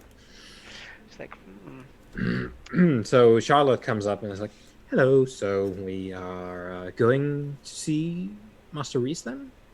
yes, please lead the way. All right, please follow me." And yeah, you can see that her arm is wrapped up in bandages, like completely. Like you can't see skin on her right arm. On the way through, as we're sort of heading into the smokehouse, if we see like any food, any supplies, or anything like that, 'cause I'm going to be sort of hanging back a bit, so I'm like at the rear of this group. I'm going to be giving it the once over, looking for any signs of like spoilage or rot or anything unusual. If we see any like food or anything. Yeah. So we head in. There's the actual smokehouse building, inside of which is going to be the office of Mr. Reese. So we're going to go there upstairs and that whole lot. But Rain, you keep an eye out. Honestly, the food, you don't pick up any untoward signs of it. Yeah, it's just delicious smoked goods all over. However, you do perhaps, up to you, feel a little bit uneasy about the fact that these people are the one who are cooking it. But the food itself doesn't seem like there's no rotting fish being smoked or. Yeah, like I'm not a medic, but I know that if you like eat food made by sick people, you get sick. Yeah, that might be a serious issue, especially considering that there's at least you count like over a dozen people in this outside smoking area who seem unwell in various degrees. If I get a chance to like sort of like quietly like speak to these two while we sort of walk through without Charlotte sort of picking up on it, I'm just going to say that there's a large number of ill people here preparing the food. This may be the source of the infection if they're passing on their sickness through the food preparation. Agreed. The sausages do smell delicious, though. Yes. We are going to have to burn it all and quarantine sausages everyone. of sickness. Very apt. Bangers of plague. We're going to have to shut them down. I'm just trying to think of a polite way to do it. If the polite I way don't doesn't think work. there is one, sir. I think you may need to be more forceful here. I will try my way first, and then if that fails, Absolutely. I I'd just rather look. not have I just to look at fight. them. I understand. I'd certainly rather not be pointing my gun at all these people. But we are prepared to fight if you need us to, sir. I like to think when you're like, oh, I don't want to point all these guns at these people. You sort of look across at me and I'm like, Why? So inside, yeah, you see different kinds of like smoking ovens, and the dozens of stovepipes like leading away from the place as well to like get the excess smoke and warmth as well, somewhat away from the building. I will turn to my Logan, my rookie Elsquire Logan.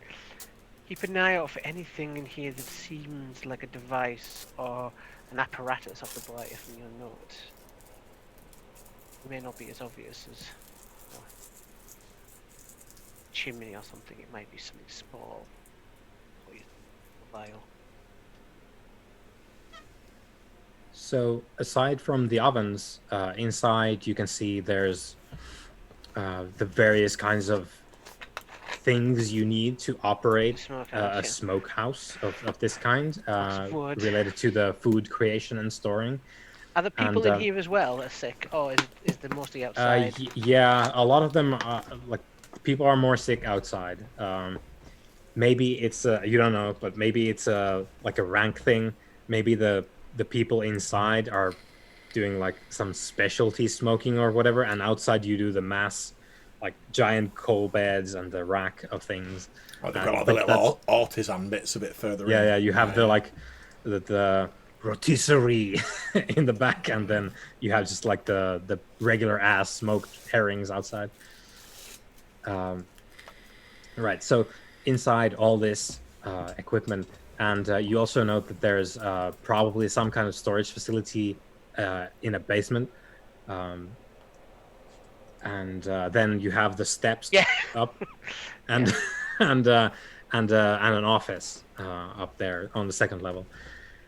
And Charlotte, as we're Yep. going through, I'm going to just sort of say, sort of again whispering to these. So when we see there's like a basement, I'm going to like, do you want me to slip off and have a quick look in the basement? Yes, if you can, do not engage if you find a threat. Come back to us before the hostility breaks out. Understood. And I'm going to sort of like, I'm going to wait until like we're passing by some other people or something like that, and then I'm just going to try and sort of like, as they're sort of passing through these people, everyone's having to like move around to get past each other. I'm just going to like slip away and make my way to the basement. Right. So you're going down to Le Basement. Indeed. Okay. So let's have a diagonal slash on our show screen here with these two different cameras following different people. So we're going up to the office, and Charlotte lets you in, closes the door behind you. You're in the office of an Aldermoney merchant. Very clearly, he's doing well. You can guess that probably he has a lot of noble clients because he deals in some like specialty delicacies. So probably the money is good, and it seems to be, certainly. He seems very wealthy. So he has a fairly fancy sort of quasi noble shirt with some frills, but not too much, so that he doesn't seem presumptuous. And he's an older man, let's say like late middle age, quite balding, but he has a full but trimmed beard. And he rises up and holds up a hand in greeting to you. Doesn't offer to shake your hand. You can see that his hand is sort of pitch black. And give me some kind of noticing thing, if you would like to assess this man's quality. I don't know if you want Just assume he is infected. He's got a black hand. I'm good. So I'm going to use swear to give like a bow, as if I'm giving a kind of a courteous greeting. But what I'm doing is examining him with my eyes. I like go down. I had to think there for a second because we aren't doing anything with a scout. Is it risky? We're in risky. If it's desperate, I'm leaving this room. No, it's not. It's not there yet. It's when Rain comes out and shoots everyone. Yeah. That's when we do that. Ooh. Okay. I love the use of the word "when." Yeah. So again, the consequence is going to be I'm going to start a clock for you guys being noticed. Okay. If you want to resist that, you can. Yeah, I'll try. Good try. Okay. Can I do anything for? No, I don't get anything for resisting. This is resolve. Probably resolved now because we're doing that. Oh, okay, God. 3 stress. Of course, because it's me. To be smooth. So. Damn it. Yeah, but you do it. So, yeah, at first you're like, oh, yeah, because he's the smokehouse guy, right? So, suit. It's not suit. It is in fact black, and in your bowing, the lamplight inside the building glitters off what you first think is his fingernails, but he has actual claws, but they're sort of like set a little bit back, so they're not like extending super far, but he has actual claws on his fingers. And he repeats the bow, and he says, I'm always happy to receive our alright friends. We are friends of the great nation of war here at the smokehouse. Please take a seat. What might I delight you with? I'd prefer to stand, if you will. It's been a long day in my office work, and I need I feel I need to Stretch the legs. stretch the legs, get rid of vim. Please don't take offence. I wanted a chance to speak to you, sir, as I believe that is the polite way to do business in this city. Please. You have a fine establishment here. I have seen, I've seen it for myself, and I've heard of the things that you sell, and with many great tales of the kind of produce. Please tell me, have you been in the city long? How do you get these things? Where do you source such fine meats? We source, and he gives you a spiel. Yeah. He talks to you about all the regional Aldermoney delicacies that he sources from the other side of Aldermark, so Yeah, that very they does. can make it here. And Yeah. so he goes through like the regional cuisine that can be smoked, and some things that he and others thought couldn't until he did it, and now that's the smokehouse specialty. While he's spilling away, I'm gonna look around the room again, and I'm also gonna just catch eyes if I can with my dear Logan, see if they've picked up on the fact this guy's hella messed up. I'm assuming it's kind of difficult to miss with the black clawed hand. My hand is just because I've swooped like my cloak in that back, and my hand is just kind of resting on my hip, but happens to be the hip just where my gun is. Okay. Distinct from Miss Metzger, he doesn't seem all that perturbed by by what has happened to his hand. And have you travelled far yourself, or do you mainly maintain in the? I traveled in my youth, but those days are gone. Now I focus on producing the finest there is in smoked goods in Aldermark, and well, I do put in my hours in charity as well, as you should. We need to take care of our fellow men and women. I've heard of your charity. Have you? I'm presuming it's not you looking to line up at the table, but we do indeed organize every 6 days. There is an event whereby we give out what we've taken to calling a devotional ration. There's I don't make it my business to push matters spiritual or on anyone, but are you not a man of faith yourself? I am, but I don't really mean to I don't put the shrine before the cart, if you get my meaning. And he's motioning with his clawed hand as he speaks. He's not even aware of it, is he? He's not even. He seems completely fine with it if he is aware of it. He continues. So we have one coming up 2 days from now, and we're going to have a sampling of all this. Well, since you are not local nobility, I take it that you won't probably have the same reservations, but some of the nobles don't particularly enjoy the fact that I'm giving out some of my delicacies to the people who ordinarily might not buy them due to their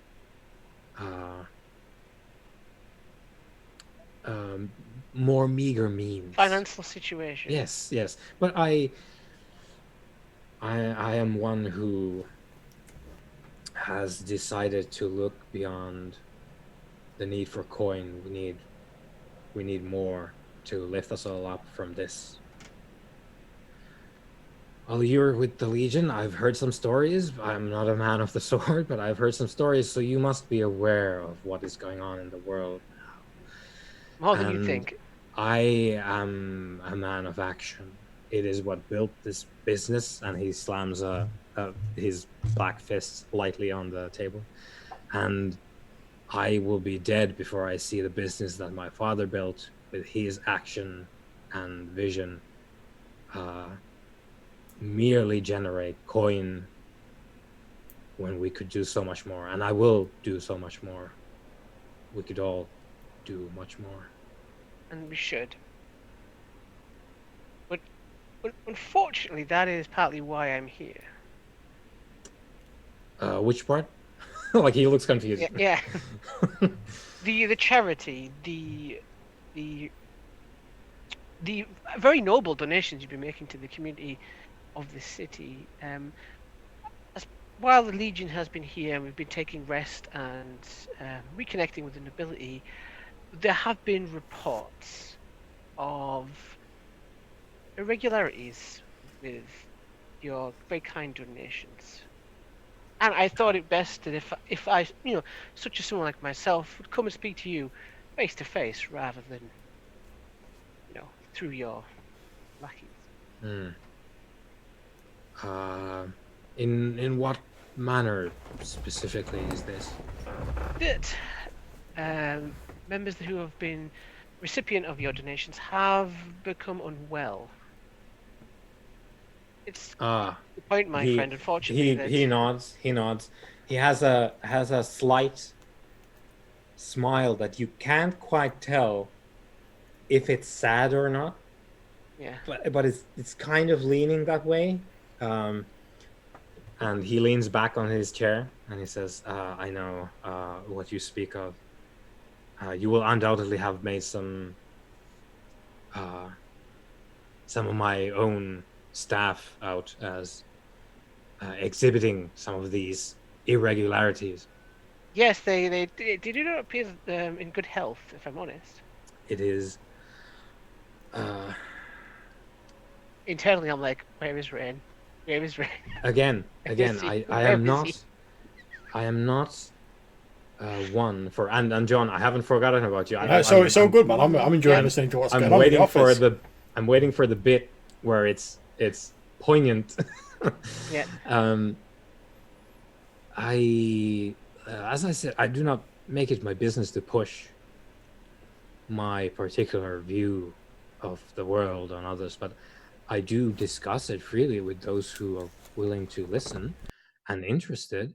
And to their credit, a lot of my staff, appreciating me, have been discussing matters such as these with me, and we have developed a sort of community of, I suppose, brother and sisterhood in matters of faith. So how long have you been running a cult for the Blighter?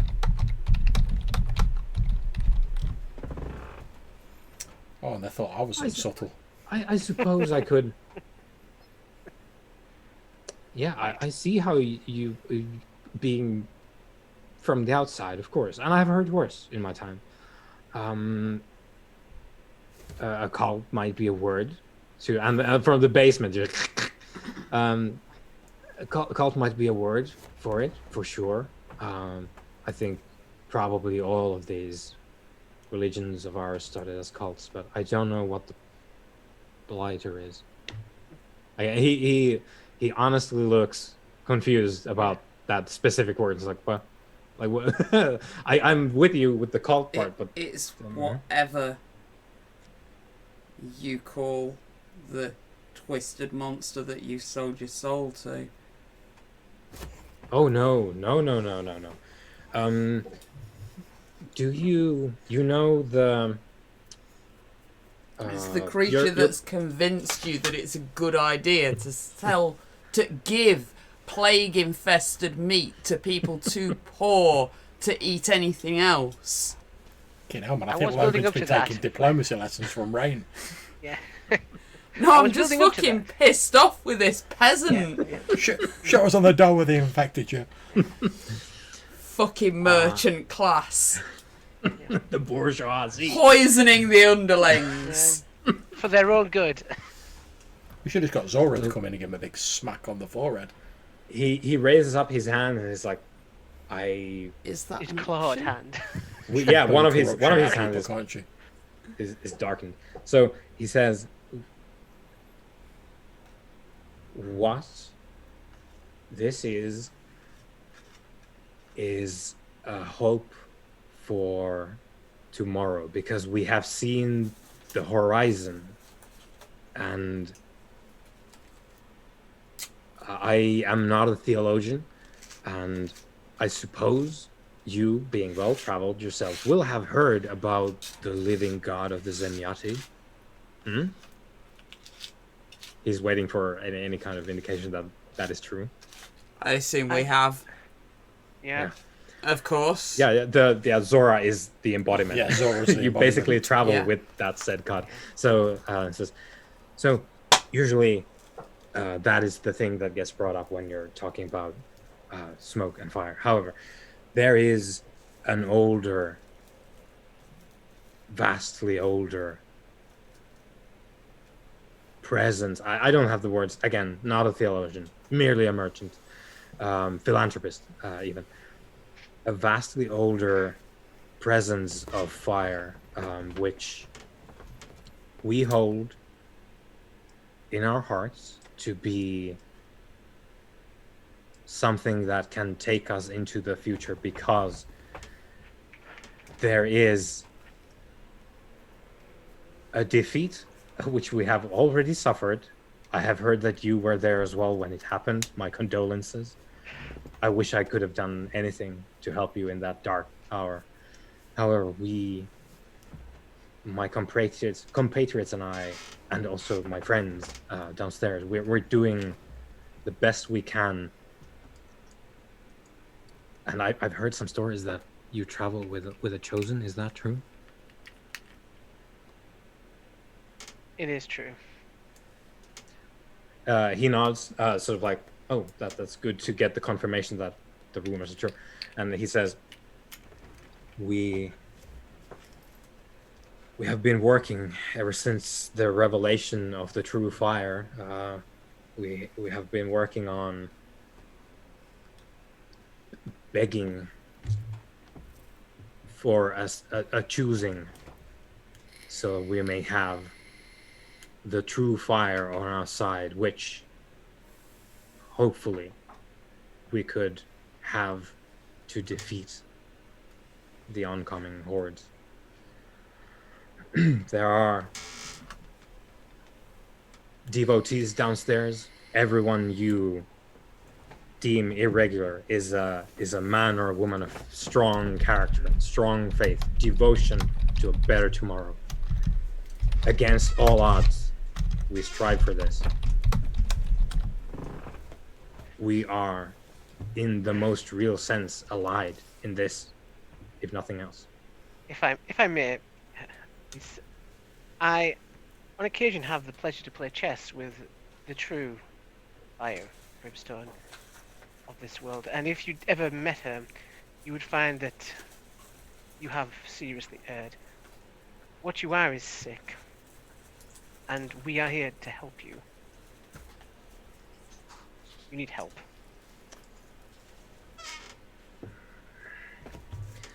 The help that I need is in more voices to the chorus to join us in begging for a choosing. We need the chosen of the true fire. That is not a demand that you get to make. Well, I do not make it of you. You're free to do what you wish. As I said, it's not my business to push this on you, but you inquired, so I share, as I have nothing to hide. To be clear, we are here to shut you down. You can see him do some quick math. Yeah. And he obviously takes stock of how many weapons you're carrying. Yeah. And he says, which part? All of it. The worship or the business? You can have the business if you want. You can have the smokehouse. We're here to root out the sickness. We can do this peacefully. You can come with us. We will get you help. The Legion aren't butchers. We are here for the good of all. We'll get you to help. As are we. And people even who can try to heal that thing on your arm. Baron, take stock, even if you shut us down, which I think is probably military parlance for shoot you in the head. That would not matter. My compatriots, I am merely a merchant who has seen the light of the true fire. My compatriots are the one carrying the word. Me and my friends downstairs, we're common folk. We all we can do is give our devotions, eat our daily bread, and pray for a choosing.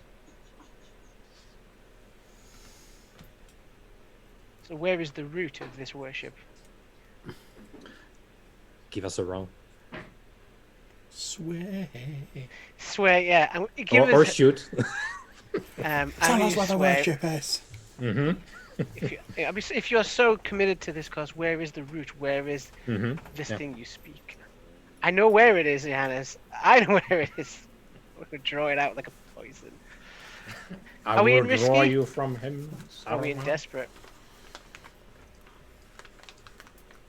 No, we're in risky. No. Okay, that's great. Yeah, he is not lying when he says I'm not a man of the sword. Like he's... Okay. You're gonna say in the basement, isn't it? And it's gonna cut. Now it's gonna cut.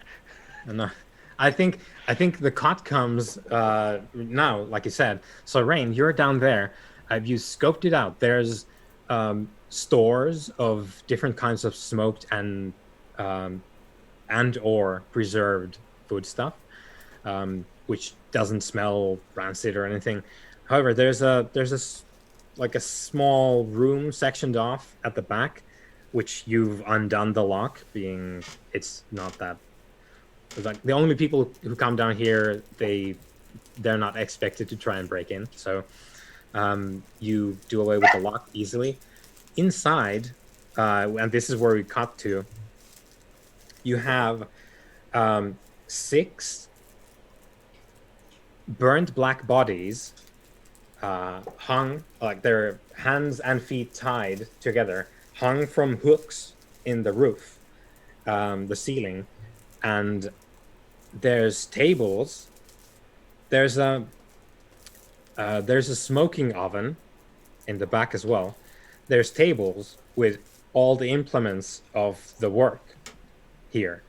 You can tell from your previous experiences, these would be what you would call the burn. These being the undead created by the breaker. So these are blatantly the burned. Some of them twitch when you come in. However, none of them have eyes to see. Some of the bodies twitch on their hooks. And you can see a detached leg, which is undergoing smoking in the oven.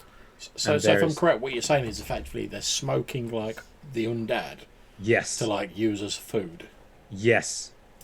Okay. That is the conclusion that you draw, and you can see some prepared platters of long pig.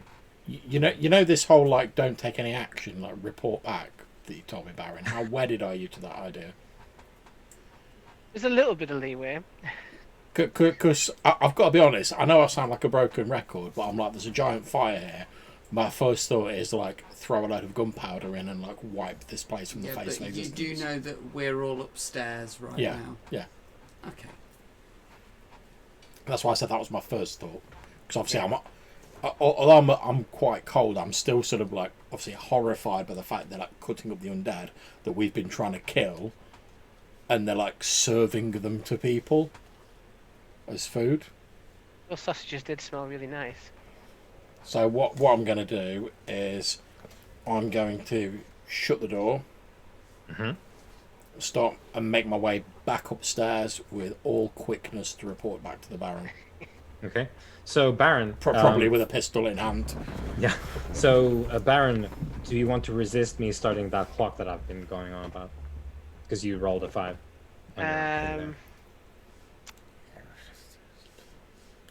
Not at this stage, no. Okay. No, I'm going to. So that was risky. So I'm gonna start a Luckle. Because the game is sort of up. So we're gonna take that twice. And we're gonna hopefully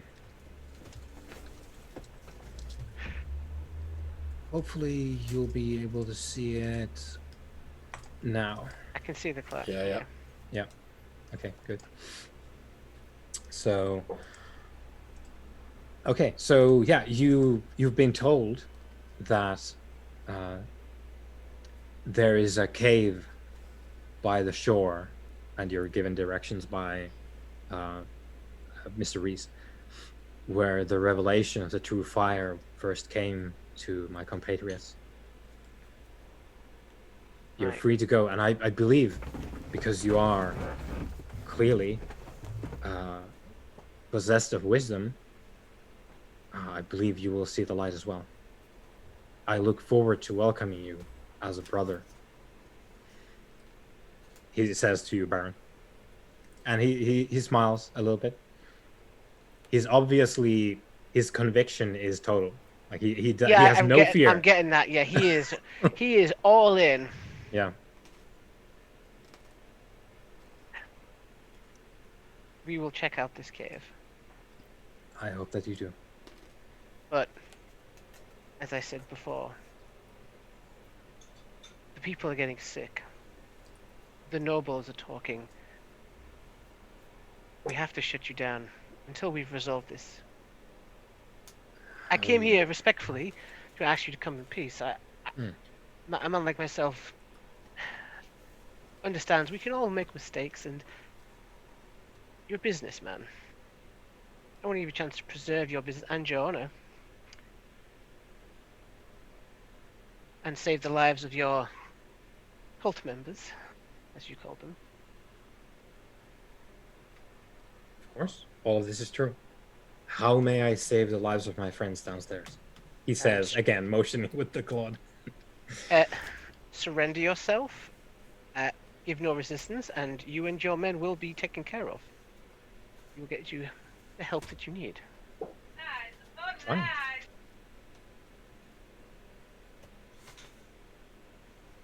You have our compliance. Okay. We are mere workers and merchants. We're not going to tangle with the Legion, dear Okay. Baron. How convinced am I that he is telling the truth? If you want to roll, you can. Yes, please. Okay. Okay, I'm gonna go this way again. I'm trying to detect. That would be Rain outside the office door. Yeah. Yeah, Rain, also, please feel free to bust in at any time you feel like it. Okay. So as he's saying, you have our compliance. I imagine I'm just gonna open the door in dramatic fashion, literally walk in. Like I said, I've already got a pistol out, and it's gonna be trained on him when I come in. Mm-hmm. And I'm gonna keep it sort of on him as I walk across the room to stand between the two of you. And then I'm just gonna say in a very flat voice while keeping the gun on him. They're feeding the unliving to the poor. In the basement, there are several of are they called the burnt? Yeah, the burnt, yeah. In the basement, there's several of the burnt. That they are in Right, the can I process of shoot this smoking. dude? Yeah. As you come in and you give this information, you're holding a pistol out. He sighs and he closes his eyes and he starts a prayer. We'll see if he gets more than a couple of words in before getting shot. We're pretty well point blank, yeah? Yeah.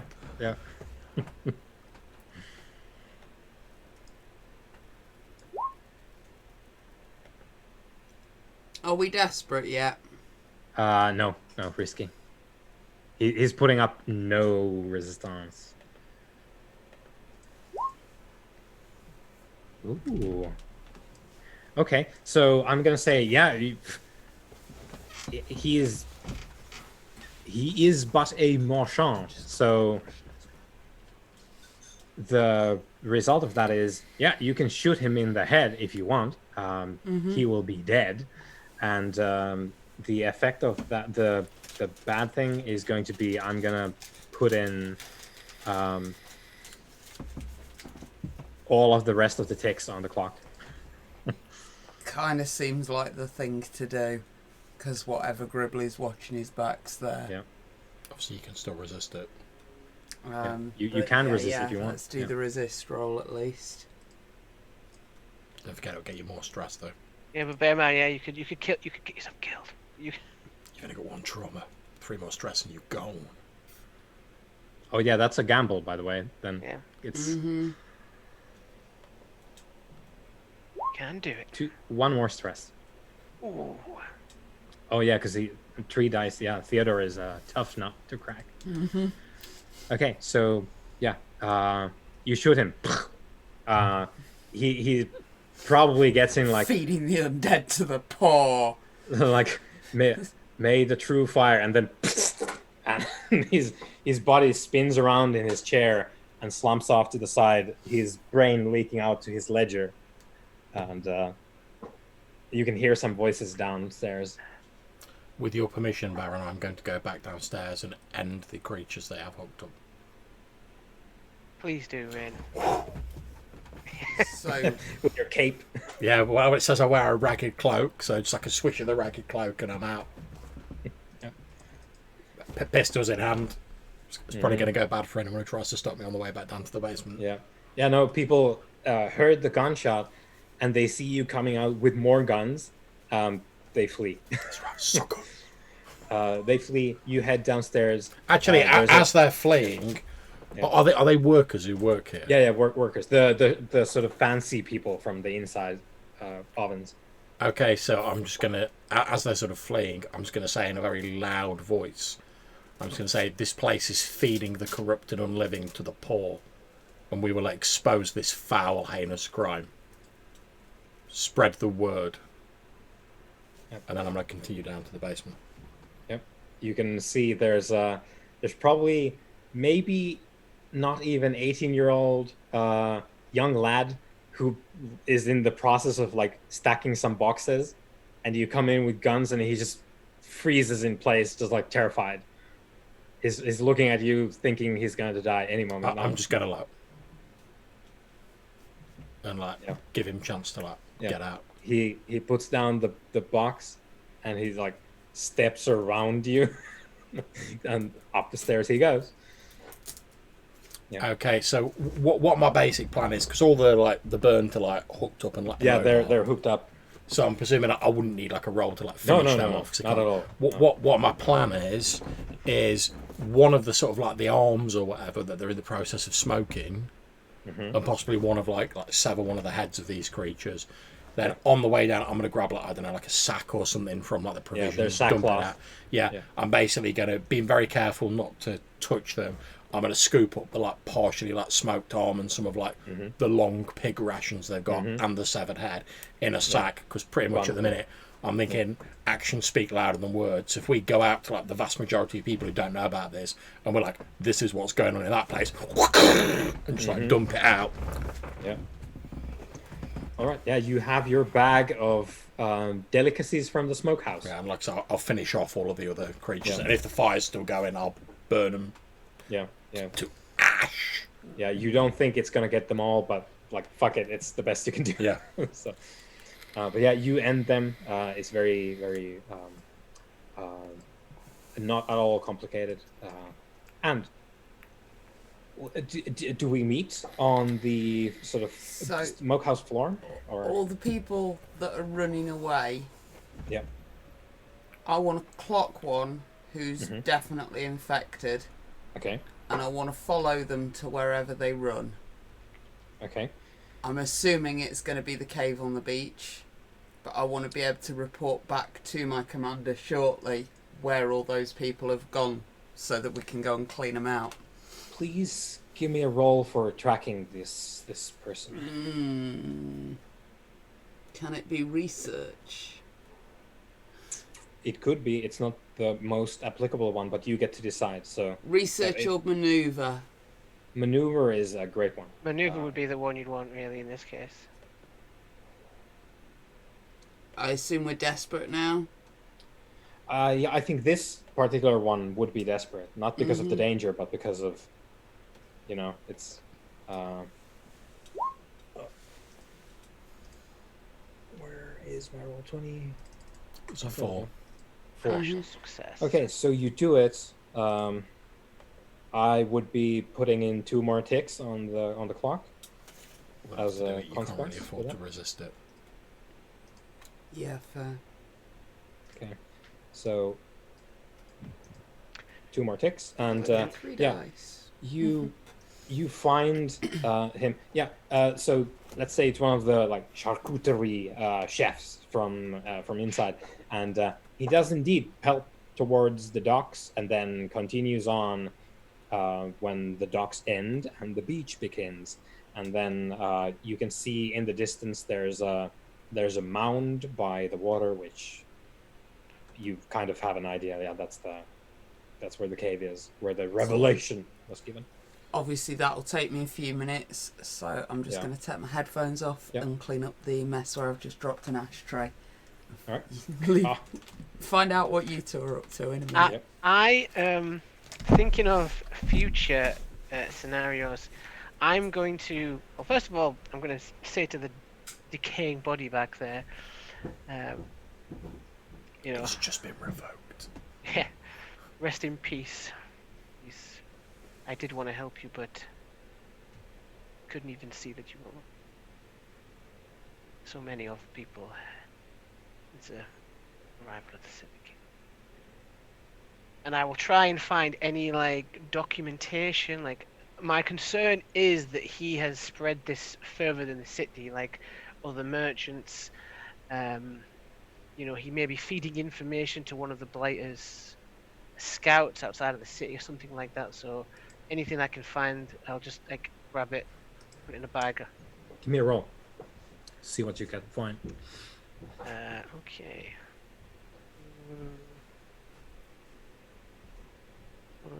Can I use swear for this? Who are you swaying in this room where the only people are you and a dead man? I don't really have anything that would be applicable in this. You can always roll. It's just going to be not great. Yeah, okay. Yeah, I'll go with research. And you can push for dice. So I will push. I'll take two stress to push. Alternatively, if you want, let's talk about your effect level. So it's going to be, I'm going to say it's going to be standard. However, standard effect is not going to give you the full thing. And if you wanted a devil's bargain for a great effect, that might be the full thing. But there's the devil's bargain. What is the devil's bargain? The devil's bargain is going to be, I'm going to fill out the clock there. Like, no matter what happens, I'm going to fill out the clock. Okay.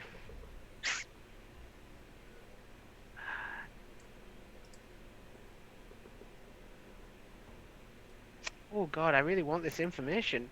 Do it. Mm-hmm.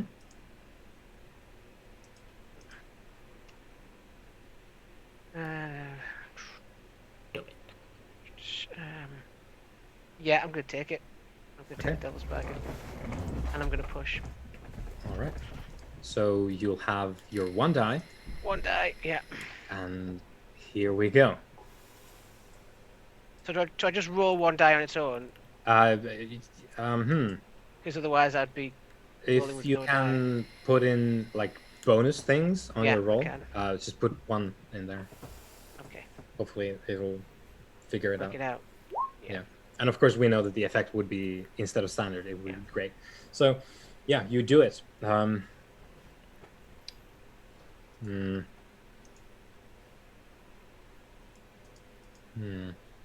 Because MI as the Baron doesn't know anyone could possibly be following. Well, potentially, he doesn't think he's in any rush. You find a bunch of correspondence, and it's interesting because both of those guys are away now. Yeah. So you find a bunch of correspondence with just like initials. So you have absolutely no fucking idea who these people are, but there's correspondence between Mr. Reese here, and then someone who signs PW, and then someone who signs just V, a singular singular V, Mm. and then someone who does NH. So these 4 individuals, including Mr. Reese, correspond, and they talk about, as Mr. Reese was alluding to, devotional rations.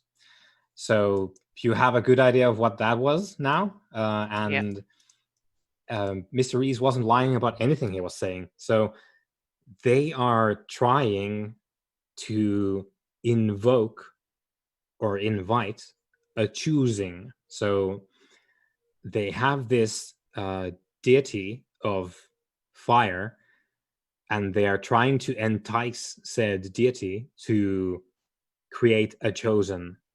And the way that that's supposed to work is you eat the devotional meal, and then you are capable of being chosen.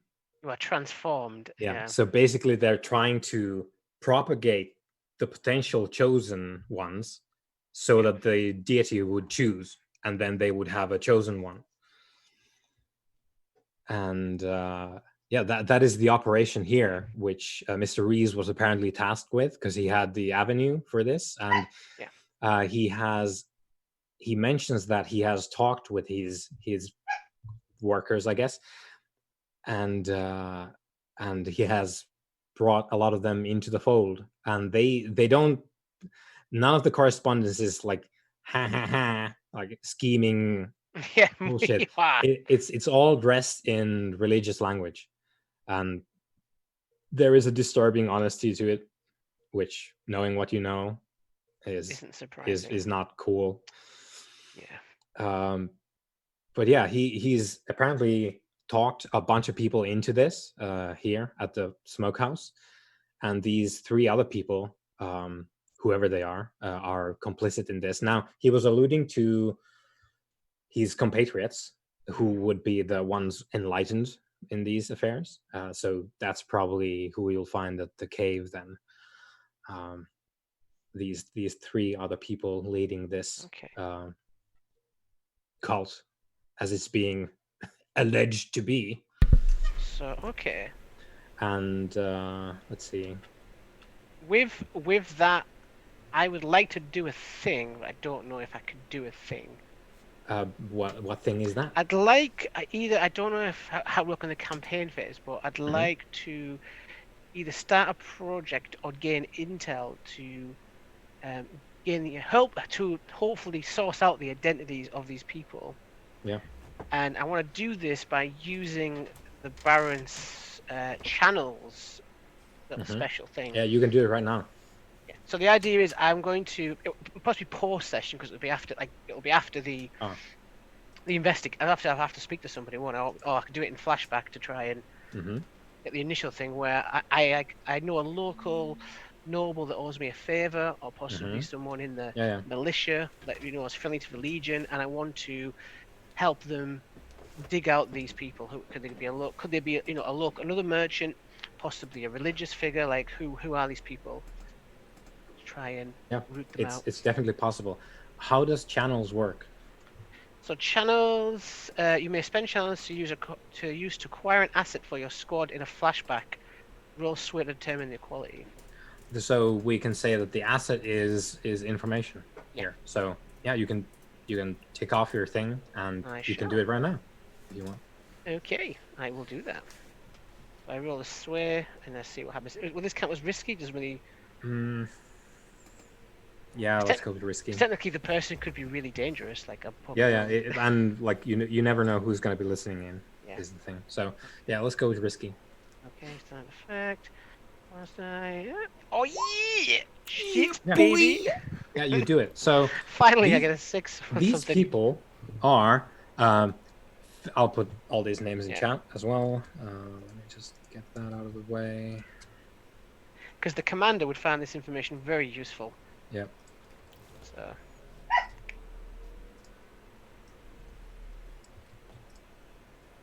So basically, John, you guys weren't here, but I found some correspondence. So it's Philip Welker, Vaidehi, and Natalie Heidrich. Philip and Natalie are both devout local clergy people who appear to have changed from their worship of the Aldermani twin gods to something else. And Vaidehi is a Barton who is like a street preacher type person. And they've apparently no one's had a lot to do with them in recent times. People are wondering where they went. Future missions coming up.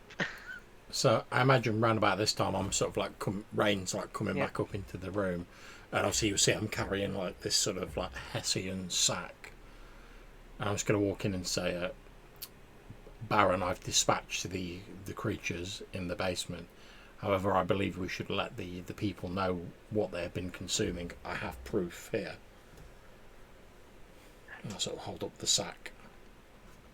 Yes, unfortunately, it may be too much for them, but the truth here is important. Indeed.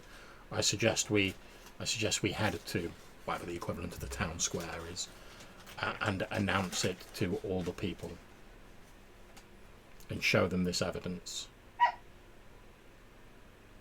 Yes.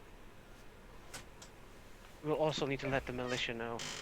I'm not sure if it's like, is there a militia here that takes care of? Oh yeah, they law? have town guards. Yeah. Whilst I am happy to attract their attention and display the proof, perhaps you should be the one to tell them what has been going on, what they have been fed, since perhaps my manner might not be appropriate for this sort of news.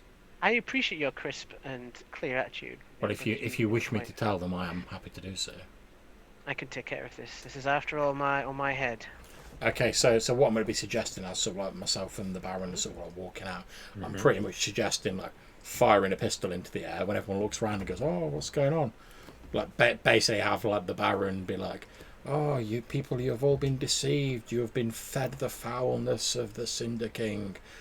This is what the smokehouse has been feeding you," and then I'll like dump out the contents of the bag so they can see like the sort of burnt head and like the twitching arm and the various like prepared meats that are obviously of a similar sort of burnt consistency. Could I consider this leading like a group action? If we're doing it together. Just the two of us. Yeah, sure. So the effect you want to achieve is... But basically, the effect I'm sort of going for is, because obviously we know that like obviously not everyone in like Eastlake has like bought into this weirdo cult. Not at all. But basically, I'm hoping the shock value and the proof that's there. There'll probably be a few like militia about who'll see it, and there'll probably be other people who aren't involved in it. And because of the shock value, they'll probably talk to other people who weren't there directly.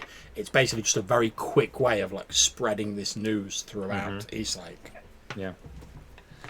Okay. Yeah. And also, hopefully, anyone who's got any provisions off the smokehouse will be like, "Yeah, maybe I'll just get rid of them. Maybe I'll not eat them." That's the main point. But there's basically two main points.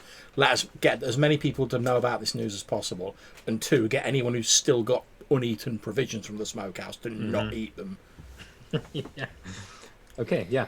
So Baron, however you want to do this and however you want to roll, let's get a roll going to see how that works.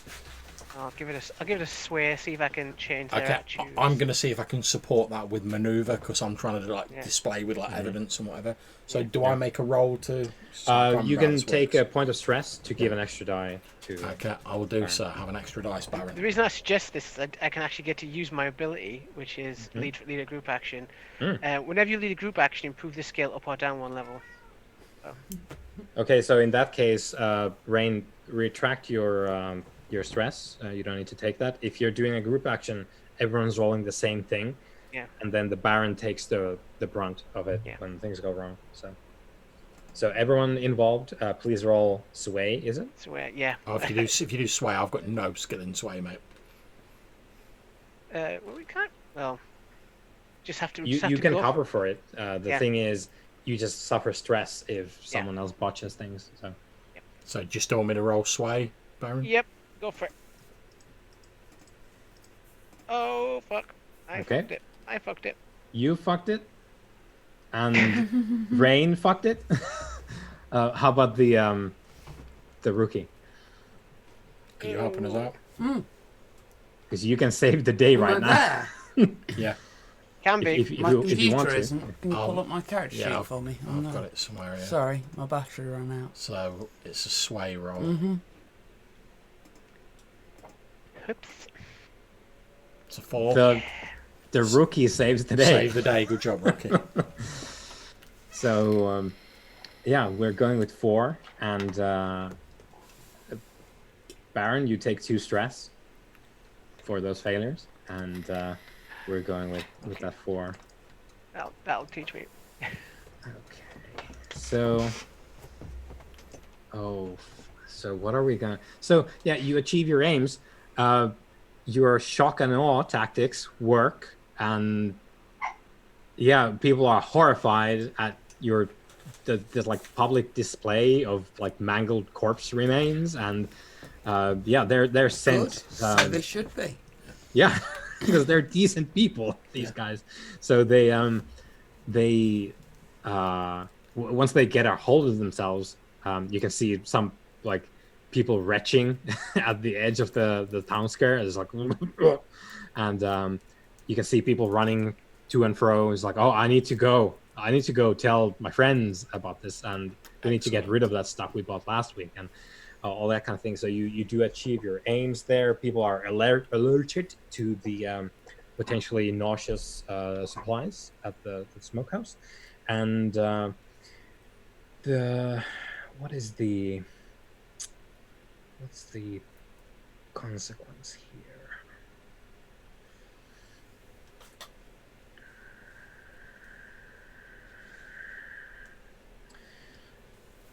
I think I'm going to, as a direct result of this filled in clock here, we're gonna start one on. I'm gonna start one on the quartermaster sheet. Ooh. So this is going to be, and I'm just gonna name it like that because it makes it What's it vastly more called, sorry? interesting. Is there one of the quartermaster? Is that one?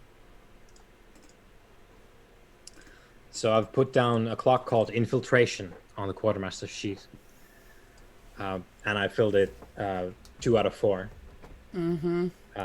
Someone's, without your knowledge, someone's worming their way into the Legion somehow. But this is so far a hidden threat. But yeah, so someone found you, and someone's trying and thus far succeeding in getting into the Legion. Well, unless, of course, the Baron wants to resist that. Resist it, Baron. Do it, I Baron. will. I will attempt to resist it. Come on, Baroni. I will use resolve. Boom! Yeah, no problem. Good. Why couldn't I do that the They first don't call him time? Daddy Resistance for nothing. Yeah. Okay. Good. So yeah, but for doing the group action, he did unfortunately get a trauma. So he's now picked up Haunted because I feel like this particular incident's going to stay with him, like seeing the, what this person It has is the done to closest himself. he's been to the front line for the most part. Yeah. to be honest, I don't know about the two of you, but as far as I'm concerned, we've achieved the mission. We have achieved the mission. We've investigated the disease. We know what's But behind it it. It's a doesn't weird really cult. matter what we think about whether we've achieved the mission. Johannes is the GM.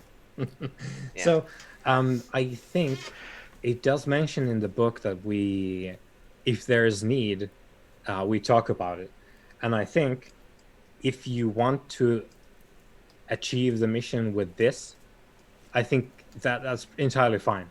There's more you could do, i.e., you can go to the cave That's because what you know about the cave. We But should go to the we cave. already know about the cave, and you've kind of pinpointed from the correspondence because the Baron succeeded very well in that. So the Baron has definite knowledge of where this shit comes from. It comes from the cave. These 3 people are involved somehow. I think And- just turn that over to the local militia. Yeah. So you do have, if you want to complete the rest of it, you could hand over information to some other people we who might can't look get into bogged down with this. We've got to get to. Yeah. Yeah. Gotta keep And this is So a local I matter. For I local might people. have said something different, but the Baron succeeded very well in the information gathering bit at the Yeah, I office. did. So because we already know how this thing works. That's why I took the devil's bargain, because I was like, this could be the route. I need this information. Yeah, it's good This call. is it. So I think that's it then. So we shock people at the town square, and then we head back to the camp. Now, Yeah, so on the way back, obviously, turn the information over to the local militia. yeah, and I think at the gate of your camp, you see like one of these sick people like hobbling away, and from the guard at the gate who like was turning them away, and when you walk in, officer, the guard like holds up a hand, is like, sir, so I think it because you're all here. The mission went well. However, this one more of them, and motions towards the person hobbling away, and like wanted to get in. I turned them away, and in the background, Rain is raising a rifle, and the rookie at the gate takes out from a satchel a small sort of hand-bound, almost manuscript more than a book, and like holds it out to you, and in like a dinky gold leaf on an off-red cover, it says "The Fire in the Flesh," and offers it to you and says, "Just wanted to give me this. I don't know, not really one for the religious stuff, sir, if you don't mind me saying, but given that you were just out there dealing with, I don't really want this, but I thought I'd hold on to it in case you came back, and you did, sir. So maybe the proselytizing these people with their religions and all that. So I'll take it. okay. So yeah, you now have a copy of The Fire in the Flesh. Yeah, it might come in handy. Yeah, if you No, want my to. enemy. But best believe I'm Look giving that the old like look eye before we like, take that in. Yeah, it is not in fact ensorcelled. It seems to be paper. What do we do with Marlene? That's the question. She's. Yeah, I understand. I suspect that if we wait long enough, the solution will present itself. Well, presumably the local, since we've turned over all the But, information, yeah. the local militia will be aware of it.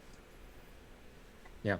So That it's is- no longer Yeah. it's no longer our decision. Yeah, but I will recommend, because we're not, with the Legion, I say we're not butchers, that she be turned over to the church.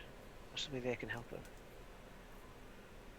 can what's her face not help her Yes. with her forehead Yeah, I'll say slapping? good. She kisses him on the forehead. She's just like, I couldn't speak for the commander, but we could. Yeah, You could if you ask. want to, you could go and have a roll. yeah. Let's see if we can ask Zora whether she'd be willing to burn this foul. And obviously, if we phrase it like, oh, you know, you're like the living embodiment of like fire and all that. So someone's like saying there's a much older and like better god, and they're like trying to feed people undead to like corrupt them because they're saying their god's better than your god. You know what I'm saying, Zora? I don't think you should. I don't think you should be taking any of that sass. Yeah, Also, she got sick while trying to seek penance. Yeah, Zora probably won't enjoy the idea of any of this. That's it. I'm imagining if I'm hoping like if we can get a riled up, we're like, oh yeah, they're saying like their god's better than yours, and they're going to try and like create another chosen, and they're like corrupting people. Hopefully, she'll be like, well, we'll see about that. Yeah. Show that me is- this cave. Yeah, and I think. Do you do that? Do you bring this information to Zora and just like Yeah. these people? Yeah, if they- she they- grants us an audience, because you know she has an authority of her own. We can't Yeah. really. And that's the thing, I'll say right? when we If she speak to her, won't, though, then I vote we stand outside her tent and have a very loud conversation about how outrageous it is that somebody Yeah. would dare I- to insult the god by implying that they might have like a better god. I think what we should try and suggest as well is like obviously a lot of people like the young woman, they're just like innocent people who've been like corrupted by this evil cult. You know, they need to see like the real purifying fire of the living God to like burn the corruption out of them. It's about time they had some real hope, not just this drivel. Not this Yeah, dark, I think murderous, evil I think depravity. we need to put her on parade through the city. Yeah, it's like, oh, you want some fire and kill smoke, the do you? morale on that fucking stupid fire cult. yeah. Oh, you like Let's have smoke? a Zora parade. Send in the god of hellfire. You like smoke? I've got fire. Yeah. All right. So we have our epilogue of maybe fetching Marlene, bringing her to the camp. Zora's been told, and she's furious. The halo of fire is blinding, so no one can look at her now because she's got her dander up, so to speak. So people are having to avert their eyes because it's the sun. I like to imagine a couple of the legionnaires who've like had like the sort of like the living gods like kissed them and the corruption out of them are like, this is gonna work. Yeah, this is gonna be bad. A few of them are like, It's like, oh, I remember when I had hair. Oh. yeah. Do you remember before half the legion was bold? Yeah. So yeah, and Marlene is given the living god's kiss, and yeah, there's the shrieking that accompanies that every single time, and it resounds throughout the Legion camp. However, these people are not shaken by such things. They are a rather devout populace here. So yeah, while there is like people holding like their kids' ears so that they don't exactly hear all the screaming, but they brought their fucking kids here to see this because this is important. So yeah, it turns into an event. And I was going to say, yeah, I'm hoping as well, like, because we've sort of like said, oh, there's like this dank cult that's like feeding you undead, and then we're like, oh, look at the true way, and they can literally see the living God like purifying people. We can turn them even more against the cult. Because we're like, oh, if this like living god's like kissing them and it's burning this evil out of them, obviously this cult must be like evil. I'm hoping that throughout downtime we're going to be getting peasants lining up at the camp to have a kissy on the forehead. Well, hopefully if we do some like recruiting in the campaign phase, maybe we've got some like religious people like, oh, we see the living God, hallelujah, praise the Lord, Lord it. my God, God damn. I feel the spirit come over me. So yeah, I think definitely we're gonna talk about what, because this was entirely unnecessary, but you did it anyway. There's gonna be something in it for you, because this was exactly the right thing to do here, because this is what they're buying. So okay, so that whole thing wraps up to a glorious adulation by the devout Eastlakers. Does she survive the process? Yes, she does. She wasn't. She was. If we're talking like levels of blight, she was like blight 1. Okay. So like not terribly. However, she cannot be entirely purified.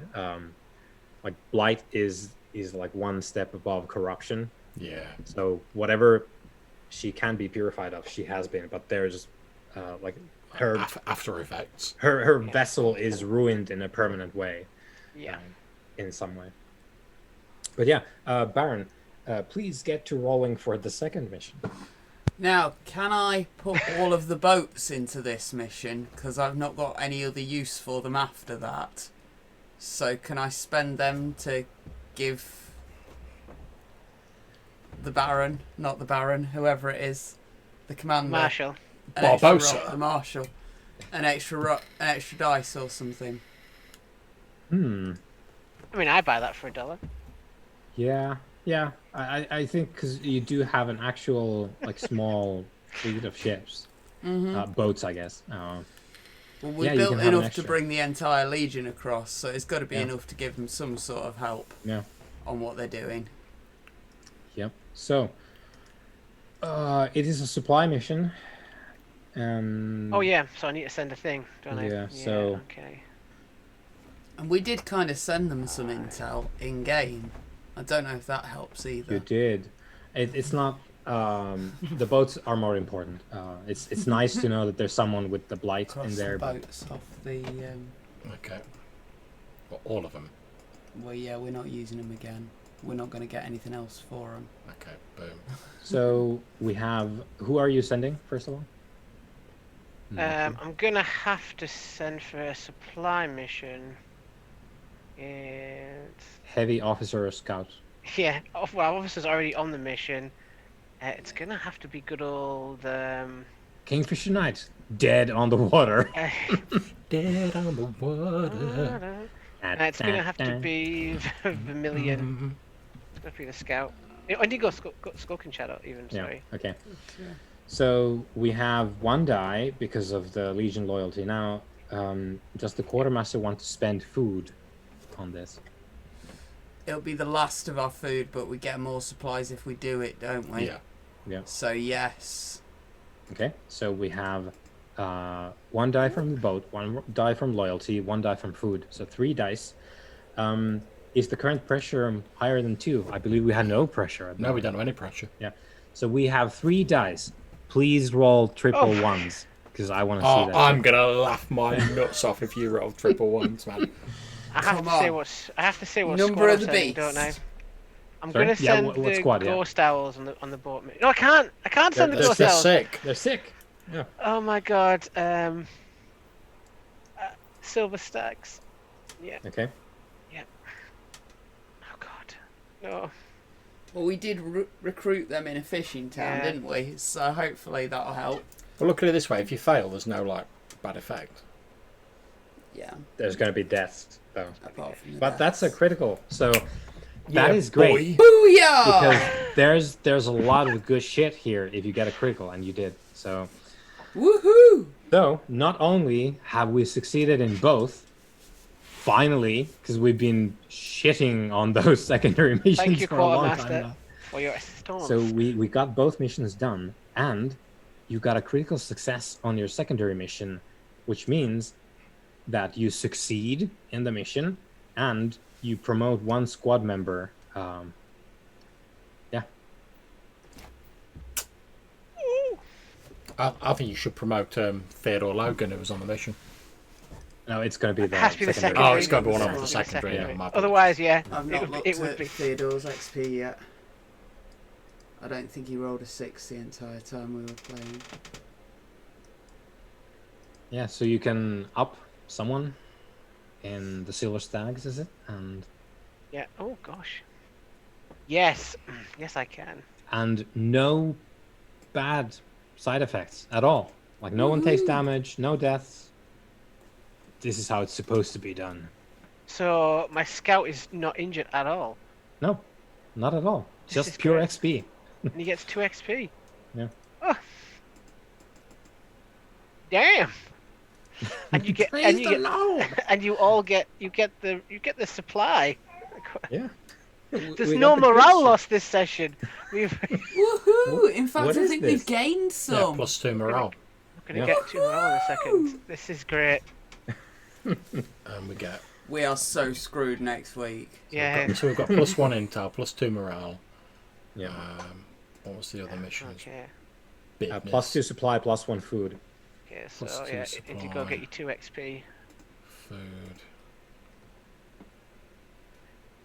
Right, And when I okay. say +1 food, it's the box and 3 dots. Yeah. Yeah. Already done it. Nice. Nice. So I can add 2. I can add 2 morale. Yeah. Yeah. Nice. That's really gonna make the quartermaster happy because that means 2 actions by default. A luxury. Might I suggest we sure. recruit for one of those? Yeah. Yeah, one of them is going to be acquire assets. We need mow horses. And one of them is going to be recruit. So, Marshall, riddle us with the tale of your current people inventory. So let me open your sheet there, Barbosa. Yep. So currently we have 1, 2, 3, 4 squads full. Silver Stags lacking 2, right? Yeah. Well, didn't they get the? I filled them. Yeah, with all the- I'm just looking at the sheet now. So Yeah. 4 full squads. Silver Stags missing Yeah. 2. Amber Wolves only have 1 member. Yeah. Okay. So we have 5 Aldermoney peasants that you can have. So we have 5 people that we can put in squads. Yeah. So I'm just saying that because we don't necessarily need to recruit at all. You can Oh, do that's that. true. something No, else. no, we could. We have 5 unused people that we haven't put on the roster yet. Yeah. So Let's recruit as well. I was going to say, anyway. do you want to bang those 5 on now, Quartermaster? Go, Yeah. sir. This is probably going to be the last chance Marshall. we get to recruit Hmm. for a while. probably 'Cause I not a bad suspect idea. we're going to be on the run after this. but the thing is, I don't think you can have like we should have sorted the 5 out before, Oh right, I see. but we so haven't. Yeah. is There's there are we hitting like the top limit Yes. for how many Yeah. guys we can? Oh, right, okay. Because Oh, I thought I've we never killed used the. way more than that. Sorry. Yeah. Don't jinx it. Yeah, sorry, because we didn't, because they are local, so they have different traits. So we didn't do that last time. So basically, we're 1 away from full capacity. Maybe do a rest and recuperation because we've got people injured. Right. So, acquire assets first of all, Mm-hmm.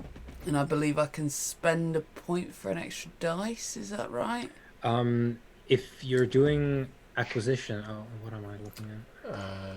The result indicates the quality of the asset.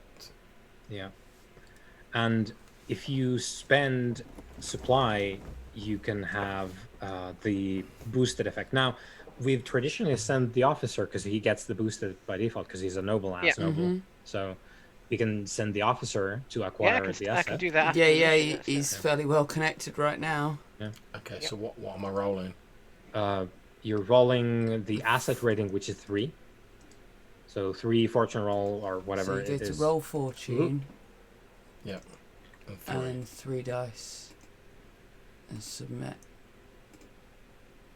3. Okay, 3 is poor. However, it's the officer, so you get Boosted standard. it. Now, what do you want? I will say that because we're in Eastlake, the special rule applies that alchemists, war machines, and mercies are all standard quality here because this is a civilized place. So you could get so by some rolling expensive standard, I ass get shit. fine. Yeah. So basically, Um, for standard, you can get any one asset. So Alchemists and mercies are quite hard to get, and siege weapons, I suppose. We're making siege weapons. we're making siege weapons. You've got your labourers doing that right now. So we've got, I think, oh no, mercies is religious supplies, isn't it? Mercy is every other Legion campaign turn. If you use the rest and recuperate, you heal 1 extra tick because the mercy is there too. Right. Okay. We'll take a mercy because we're going to do rest and recuperation in a minute. Then. So Okay. presumably I just add that as materials, do I? Yeah. Oh no, there's mercies is a box, yeah. Is there a box for mercies? Yeah, it's just. Oh yeah, lovely. there, up there. Yeah. Mhm. Yes, Right. I've ticked that. Well, I added 1. Okay. Okay, And so that was then- 1 action, and then Rest and recuperation. I okay. think whichever one it is that's going to get some healing going, especially for the doctor. Yeah, that's the one. Yeah, so Bobo, so you can mark a tick in each person's like recovery dealer. Are you boosting it, or are you just doing this standard? Yes, I'll spend the point to boost that. Okay, 2 ticks for everyone. That'll bring a bunch of people back online. Yep. That's So why I'm a point, doing it. Is that a point of So supply? yeah, to one of boost them. that? Okay. Check through them. Get Ember Wolves, you Paul.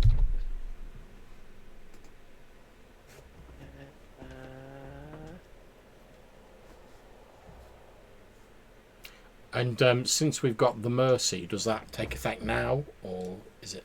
Okay, so you get an extra tick as well then. So you get 3 ticks in total. Yeah. No, No. 1 extra floating tick. Oh right. Everyone Okay. gets 2. Someone gets an extra. Right. Right. Okay. I'll work that out then. So let's. These Right, guys so I'm easily going to put a injured. little mark in that so that we know we've used that and we don't get it until. Mhm. Just going through, have a look.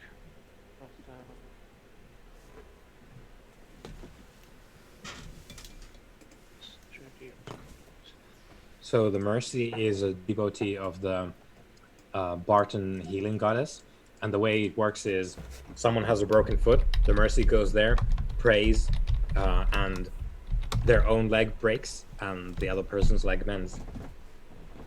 and the Mercy heals quicker. So they spend one campaign turn healing their leg back again, and then they can do it again. I've ticked the wounded thing next to them. It's presumably they're now recovering. Yeah, they're all messed up, laid up now. Okay. So Grey Standing Cliff is back in action. I think I kind of want to hold on to the other 2 supply points That's for fine. Yeah, that's fine. later. Yep, and if you want to continue building your siege weapon, you can put in a tick for your laborers. Oh yes, please. So you're Okay. halfway there. So by the time we get to the siege at Skydagger Keep, we should have. Yeah, siege you should weapons. have that. Hopefully. Assuming we survive. Mm-hmm. Okay. Do we want, if we've sorted that out, do we want to work out XP for our individual dudes? Yeah. Yeah. Okay. Yes. So if we What look was at the biggest range- threat we faced? Because we didn't. One. You Okay. didn't go to the cave. I guess this is the trade-off. Yeah, that's fine. That's fine by me. I can live with that. Yeah, I survived the mission. I Oh, did. Well, I By guess your no. heritage or your Let's. trauma, I'll take that back, because we did fill in the clock, and we almost started the second clock. 3. Sweet. Oh God. You have a 3 threat something coming after you, and they have a line to do that now. So Okay, right. I've filled up the playbook thing for Rain. Anyone got any thoughts on what special ability I should go for? The abilities is got ambush when you attack from hiding or a trap, you get +1 dice. Akimbo, when dueling at close range with 2 pistols, you gain potency. Notches, if you land the killing blow on a threat 2 or higher opponent, you get an XP in any category. Sharpshooter, you can push yourself to do one of the following: make a ranged attack at extreme distance, or unleash a barrage of rapid fire to suppress the enemy. Cover fire, if you set up someone with shoot or provide covering fire, the person you're covering gains potency in the next action. Obviously Crimson Shot, which is like the death bullet. Yeah. Elite, gain mastery of 2 abilities that can go up to rank 4. Obviously I could take another elite. I could take another dot in Survivor to get an extra trauma. I could take a Always dot good. of Hardened to get an additional 2 stress. That's also good. Make him elite and boost his aim and his shoot. Because to be fair, we only need like 2 more XP and we'll be able to up the prowess, so you can up him to 4 shoot. Yeah. Mm-hmm. So what do you reckon, guys? Are we thinking elite or? I'd go notches or elite. What's the notches again? Oh, that gives Notches, an extra if you get the XP. killing blow, Yeah, you get an either extra one of XP. those. Because he's a killer. See, to be honest, I'm torn because whilst I think elite's amazing, I'm thinking like additional. If we tick Hardened, he gets 2 extra stress. Or if we tick the last one on Survivor, he gets another trauma. So that's going to help him survive Yeah, longer. Hardened. Well, you're playing him, you pick. I know, I'm just throwing it out there. I'm just trying to bring you all in on it, you know. They're all good. Because I'm not the only one who's going to play Rain, so. Yeah, and I think this, again, we've highlighted the fact that all of this is good. Like, you want all of this. you need all of this. What I'm going to suggest, guys, is he's got 1 Survivor box left, so we've taken 1 already. I'm going to suggest I tick the other one of them, because then he'll have 3 traumas still to go before he becomes an NPC, and then we can maybe look at that'll help him survive long enough to like ratchet up his other abilities. Yeah. Skidoosh. Yeah, he's tough as old leather. Tough. Because then if we want, we can buy up Hardened later and get him like more stress. I've also gone with Survivor for the officer. Give him an extra trauma. He's Okay. now on the So let's have a look at Theodore Logan. I can't read any of that. It's far too small. Okay, let me just say, so every time you roll a desperate action, Can you embiggen it? I can't, sweetie. At the end of each mission, 1 XP. If you survive.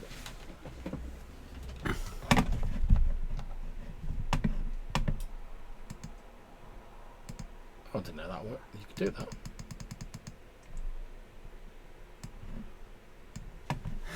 Thank you. Alright, yeah, so we did... I survived the mission, that's 1. Yep. I survived. The threat we Despite faced was the 3, odds. so you get 3 for that. Yeah. Survived despite the odds. Did So I 5. stay out of the way or survive despite the odds? Yeah. So Yeah. Also, is our rookie leveling up? We're just working it working that out now. So did you bring into play your heritage or trauma? It brought the heritage in, definitely. Yeah, we were talking to And Marty. I've Quite a I've bit. already done the highest threat, so you should be on 6. Grand. So I can either Just, buy I think. one of these clocks, or I can stick 6 in there because he had nothing to start with. Yeah, basically. I'd suggest So- sticking the 6 in there, then it'll be really near to That becoming a makes soldier. life easy. Yep. Sorted. Close. Mm-hmm. Yeah, we just need another 2 ticks on Theodore Logan, and he's a soldier. Yep. Good. Good. Fantabulous. So...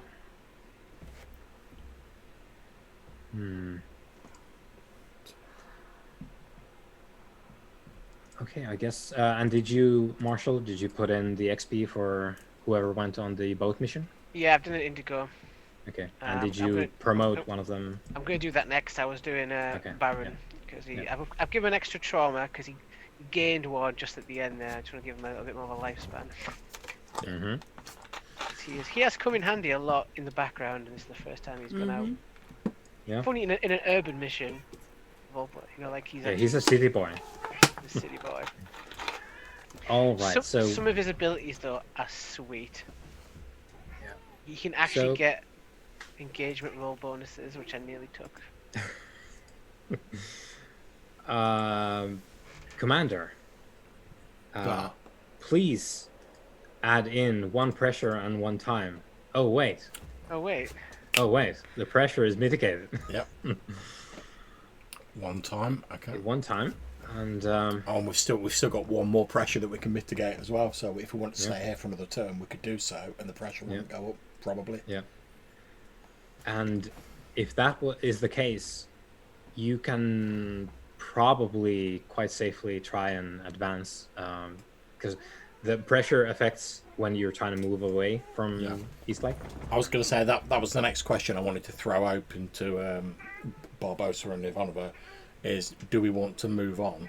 Because obviously, although the pressure's safe at the minute, time is ticking away.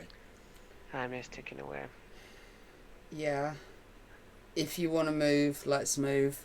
Okay, so the next morning after the living god has purged this foulness from Eastlake. On that point, is it? 'Cause we haven't talked about the actual effect of that, like the shore thing. Mhm. Is that something we want to discuss now before we move on? The what? Sorry. Well, you didn't go there, so, and you handed it over. Yeah. I mean the show with the Chosen doing the thing. All right. So you mean the goodwill that you Yeah. garnered here? Oh, and also, do we get to boost the chosen up? You can tick one of the 4 favors. It's in the corner Okay, so I'm just first. Because I was Okay, wondering, then would where's she Zora's could character possibly sheet? get an extra tick on her favor I for can doing the great pop it up. show that So here. she did? Awesome, thank you. So we get to tick one of the favour things Yeah. for it, yeah. Okay, Yeah. boom, there we go. So.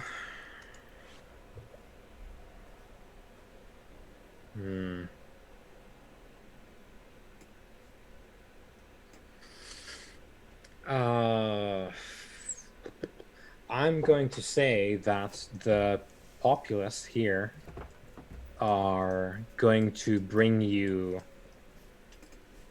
both useful and also votive gifts. So you get some knickknacks, but you also get some good stuff. And I'm going to say that means you get... I'm going to outsource this to... I'm going to make Zora roll for this. Oh, nice. Surely she rolls of like 8.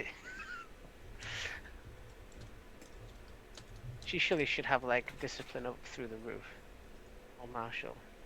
Okay, so you get 2 more supply as a result of the people donating that. And of course, if you want to go back and have another action or whatever, you're free to do that.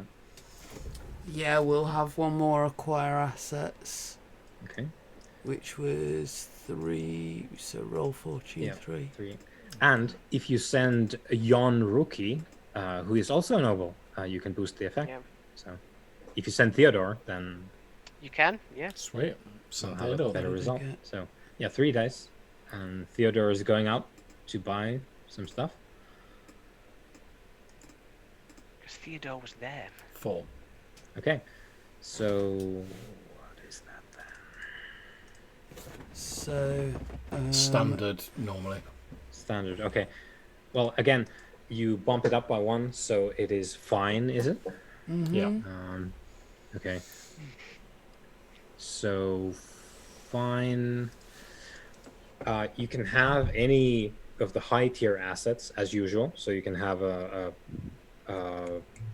alchemist, you can have a siege weapon, you can have a mercy, or you can have 2 lesser assets. how do alchemists work? Alchemists are basically a downtime asset which you can use to create projects. So if you want to create something specific that physics don't allow usually, you can have your alchemist brew up like a bomb that kills a lieutenant that or whatever. sort of sounds like our speed, so let's have one of them. Yeah, okay, so you can mark down an alchemist, and we need to name both the alchemist and the mercy. The But... millions, he's like, Yeah. yes. And also they are depreciating assets, so alchemy as a discipline is unfortunately now corrupt throughout. There is no pure alchemy left in the world because the chosen I'd have of just the taken a god. shitload of food and left the corrupted alchemy, man. But the alchemy guy is, for now, he's pure, but as he works his projects, he's going to become corrupt over time, and eventually he will burn out. But you can Is you it can too late to trade him in No. for a shitload of food? no, it's fine. I'm just Or maybe some horses and food?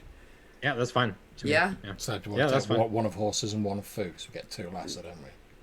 Yeah? Yeah, let's do that. The thing with This is the- alchemists is they go away eventually, but before they do, you can be like, I need a fucking flamethrower. Give it to me. and they'll be like, well, we've been doing all right with our explosive experts. You know, he makes a convincing I argument, think this guy. between... I can't remember. I know Standing Greycliff's got some explosive skills. I can't remember who the other one is. Millions. Million Stargazer. yeah, that's the bomb maker. Big bada boom. Yeah, Yeah. I think The between the two Firestarter. of them, The twisted fire starter. we're probably doing okay for explosives. Yeah. Okay, Yeah. so once we're all set and the living gods purge the filth from Eastlake, we're going to march towards Fort Callisto.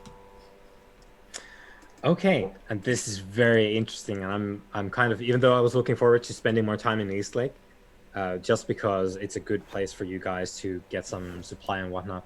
I think if we'd got more time, Yeah. I'd have probably wanted to stay here Yeah. longer. But it's getting on. Yeah. So let me. We can actually see the path to Skygaga Yeah. approaching. Also, while we've got no pressure, let's get going while the going's good. And this is also good because there's something that you do not know about the path forward. So let me regale you with the tales of Fort Callisto. So you depart Eastlake. There's much fanfare. There's also wailing in the streets because a god is leaving. Holy shit, are we doomed now? Because, we've been faithful and now they're going away. So there's both just like all the well-wishing in the world, but there's also like desperate people now because you're taking away the chosen. But I love the fact that I think we're taking away the chosen. Like we could make Zora do anything she didn't want to do. Like we've just thrown a sack over her head and we're like, "Come on, God, let's go." Yeah, that's how it works. Next time we're in a tent, there's like a giant octopus undead head in the tent. Where'd you get that? I just went cave fishing. I like Puny long god. walks at the beach, Yeah. burning the heretics. So you depart. You have horses. It is. Let me see. No. On the speed reading, there's a bunch of shit here. Okay, so you depart on your newly acquired fresh horses. You travel the bit of the end of the plains towards Talgon Forest, which sort of borders the Fort Callisto lands. And you arrive in Talgon Forest, and the very last stretch from the forest to Fort Callisto is when I'm gonna be spilling this little nugget. Fort Callisto is under siege by one of the Broken's forces. Safe refuge can be found within its walls, but getting in may not be so simple. Nice. The fort is well built and has withstood several attacks, though the undead seem to have a new plan. Within the fort, Commander Jonacus, a grizzled Aldermari veteran, has set up a crisp defense. Now, this Aldermark hero holds his position, knowing that this is a last stand, an attempt to divide the forces of the undead and to slow them from their eastern press long enough for the Eastern Kingdoms to mount a response. There are many military units from many nations and areas, some having come here hoping to recuperate, some seeking a place strong enough to withstand the undead assault.